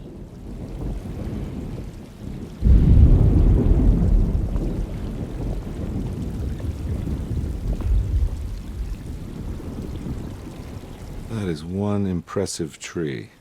More impressive than you could ever imagine.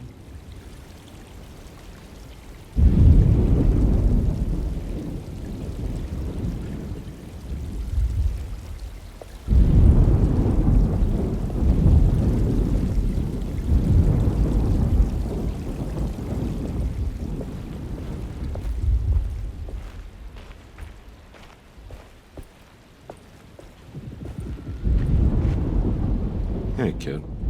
What are you up to? Preparing for the ceremony. I don't want to disappoint Mother.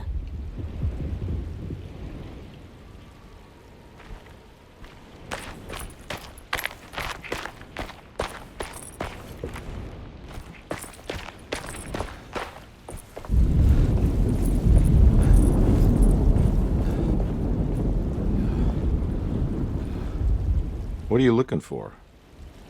Just keeping an eye out for the storm. Radio says it could be a wild one.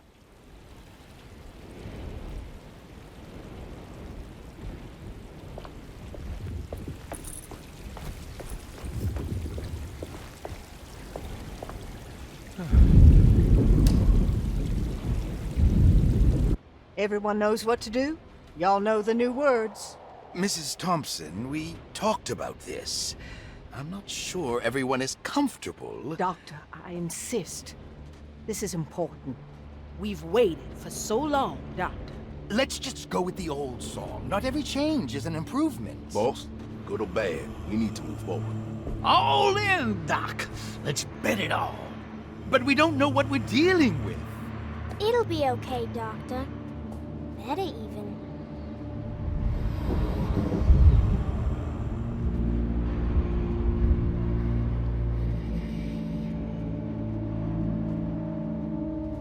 Ever their praises and abundance to the black goat of the woods. Hear us, Mother. Take pity on us. Take pity on us. Ever Hear their us, praises Mother. and Praises abundance and to the black goat Take of the pity woods. on us. Hear us, Mother, and take pity on us. Take pity on us. Ever their praises and abundance to the black goat of the woods. Hear us, Mother, and take pity on us.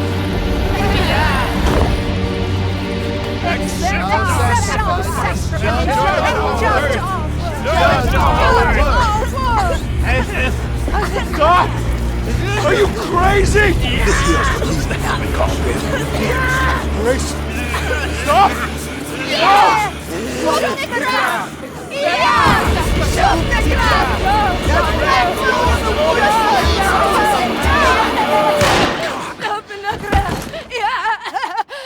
Detective, get my uncle out of here. Jeremy, come with me! Get over here! Jeremy, come with me! Jeremy, come here! No! There has to be another blood!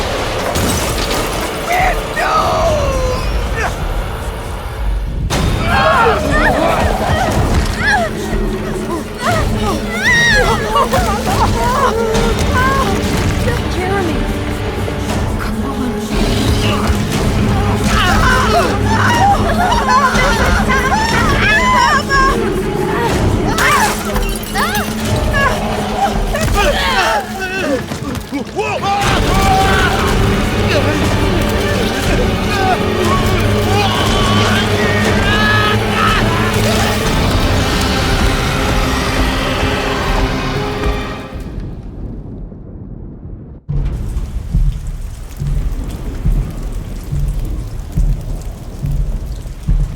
I can't let that monster leave Derceto. I have to stop it.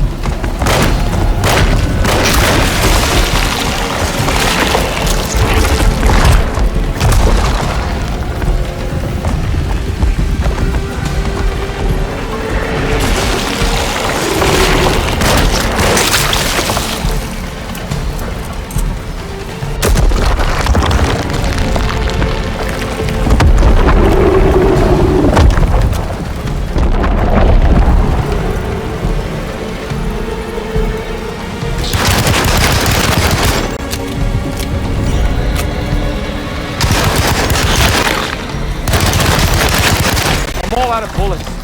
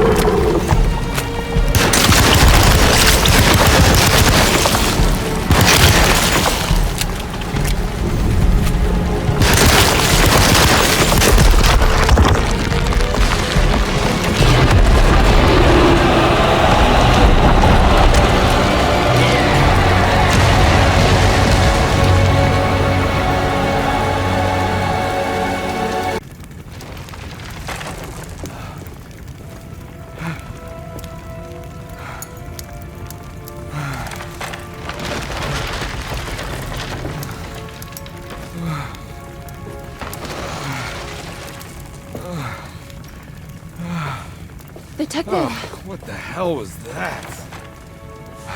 I tried to tell you. There was so much evidence.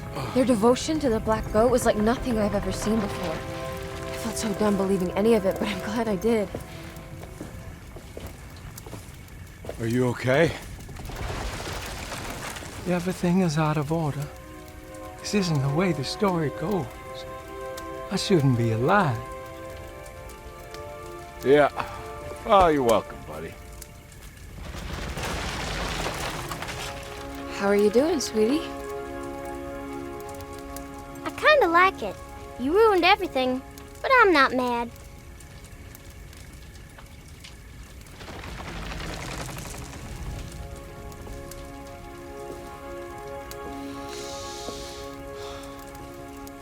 All right, you ready to head back to New Orleans? Come on, Jeremy. We're leaving.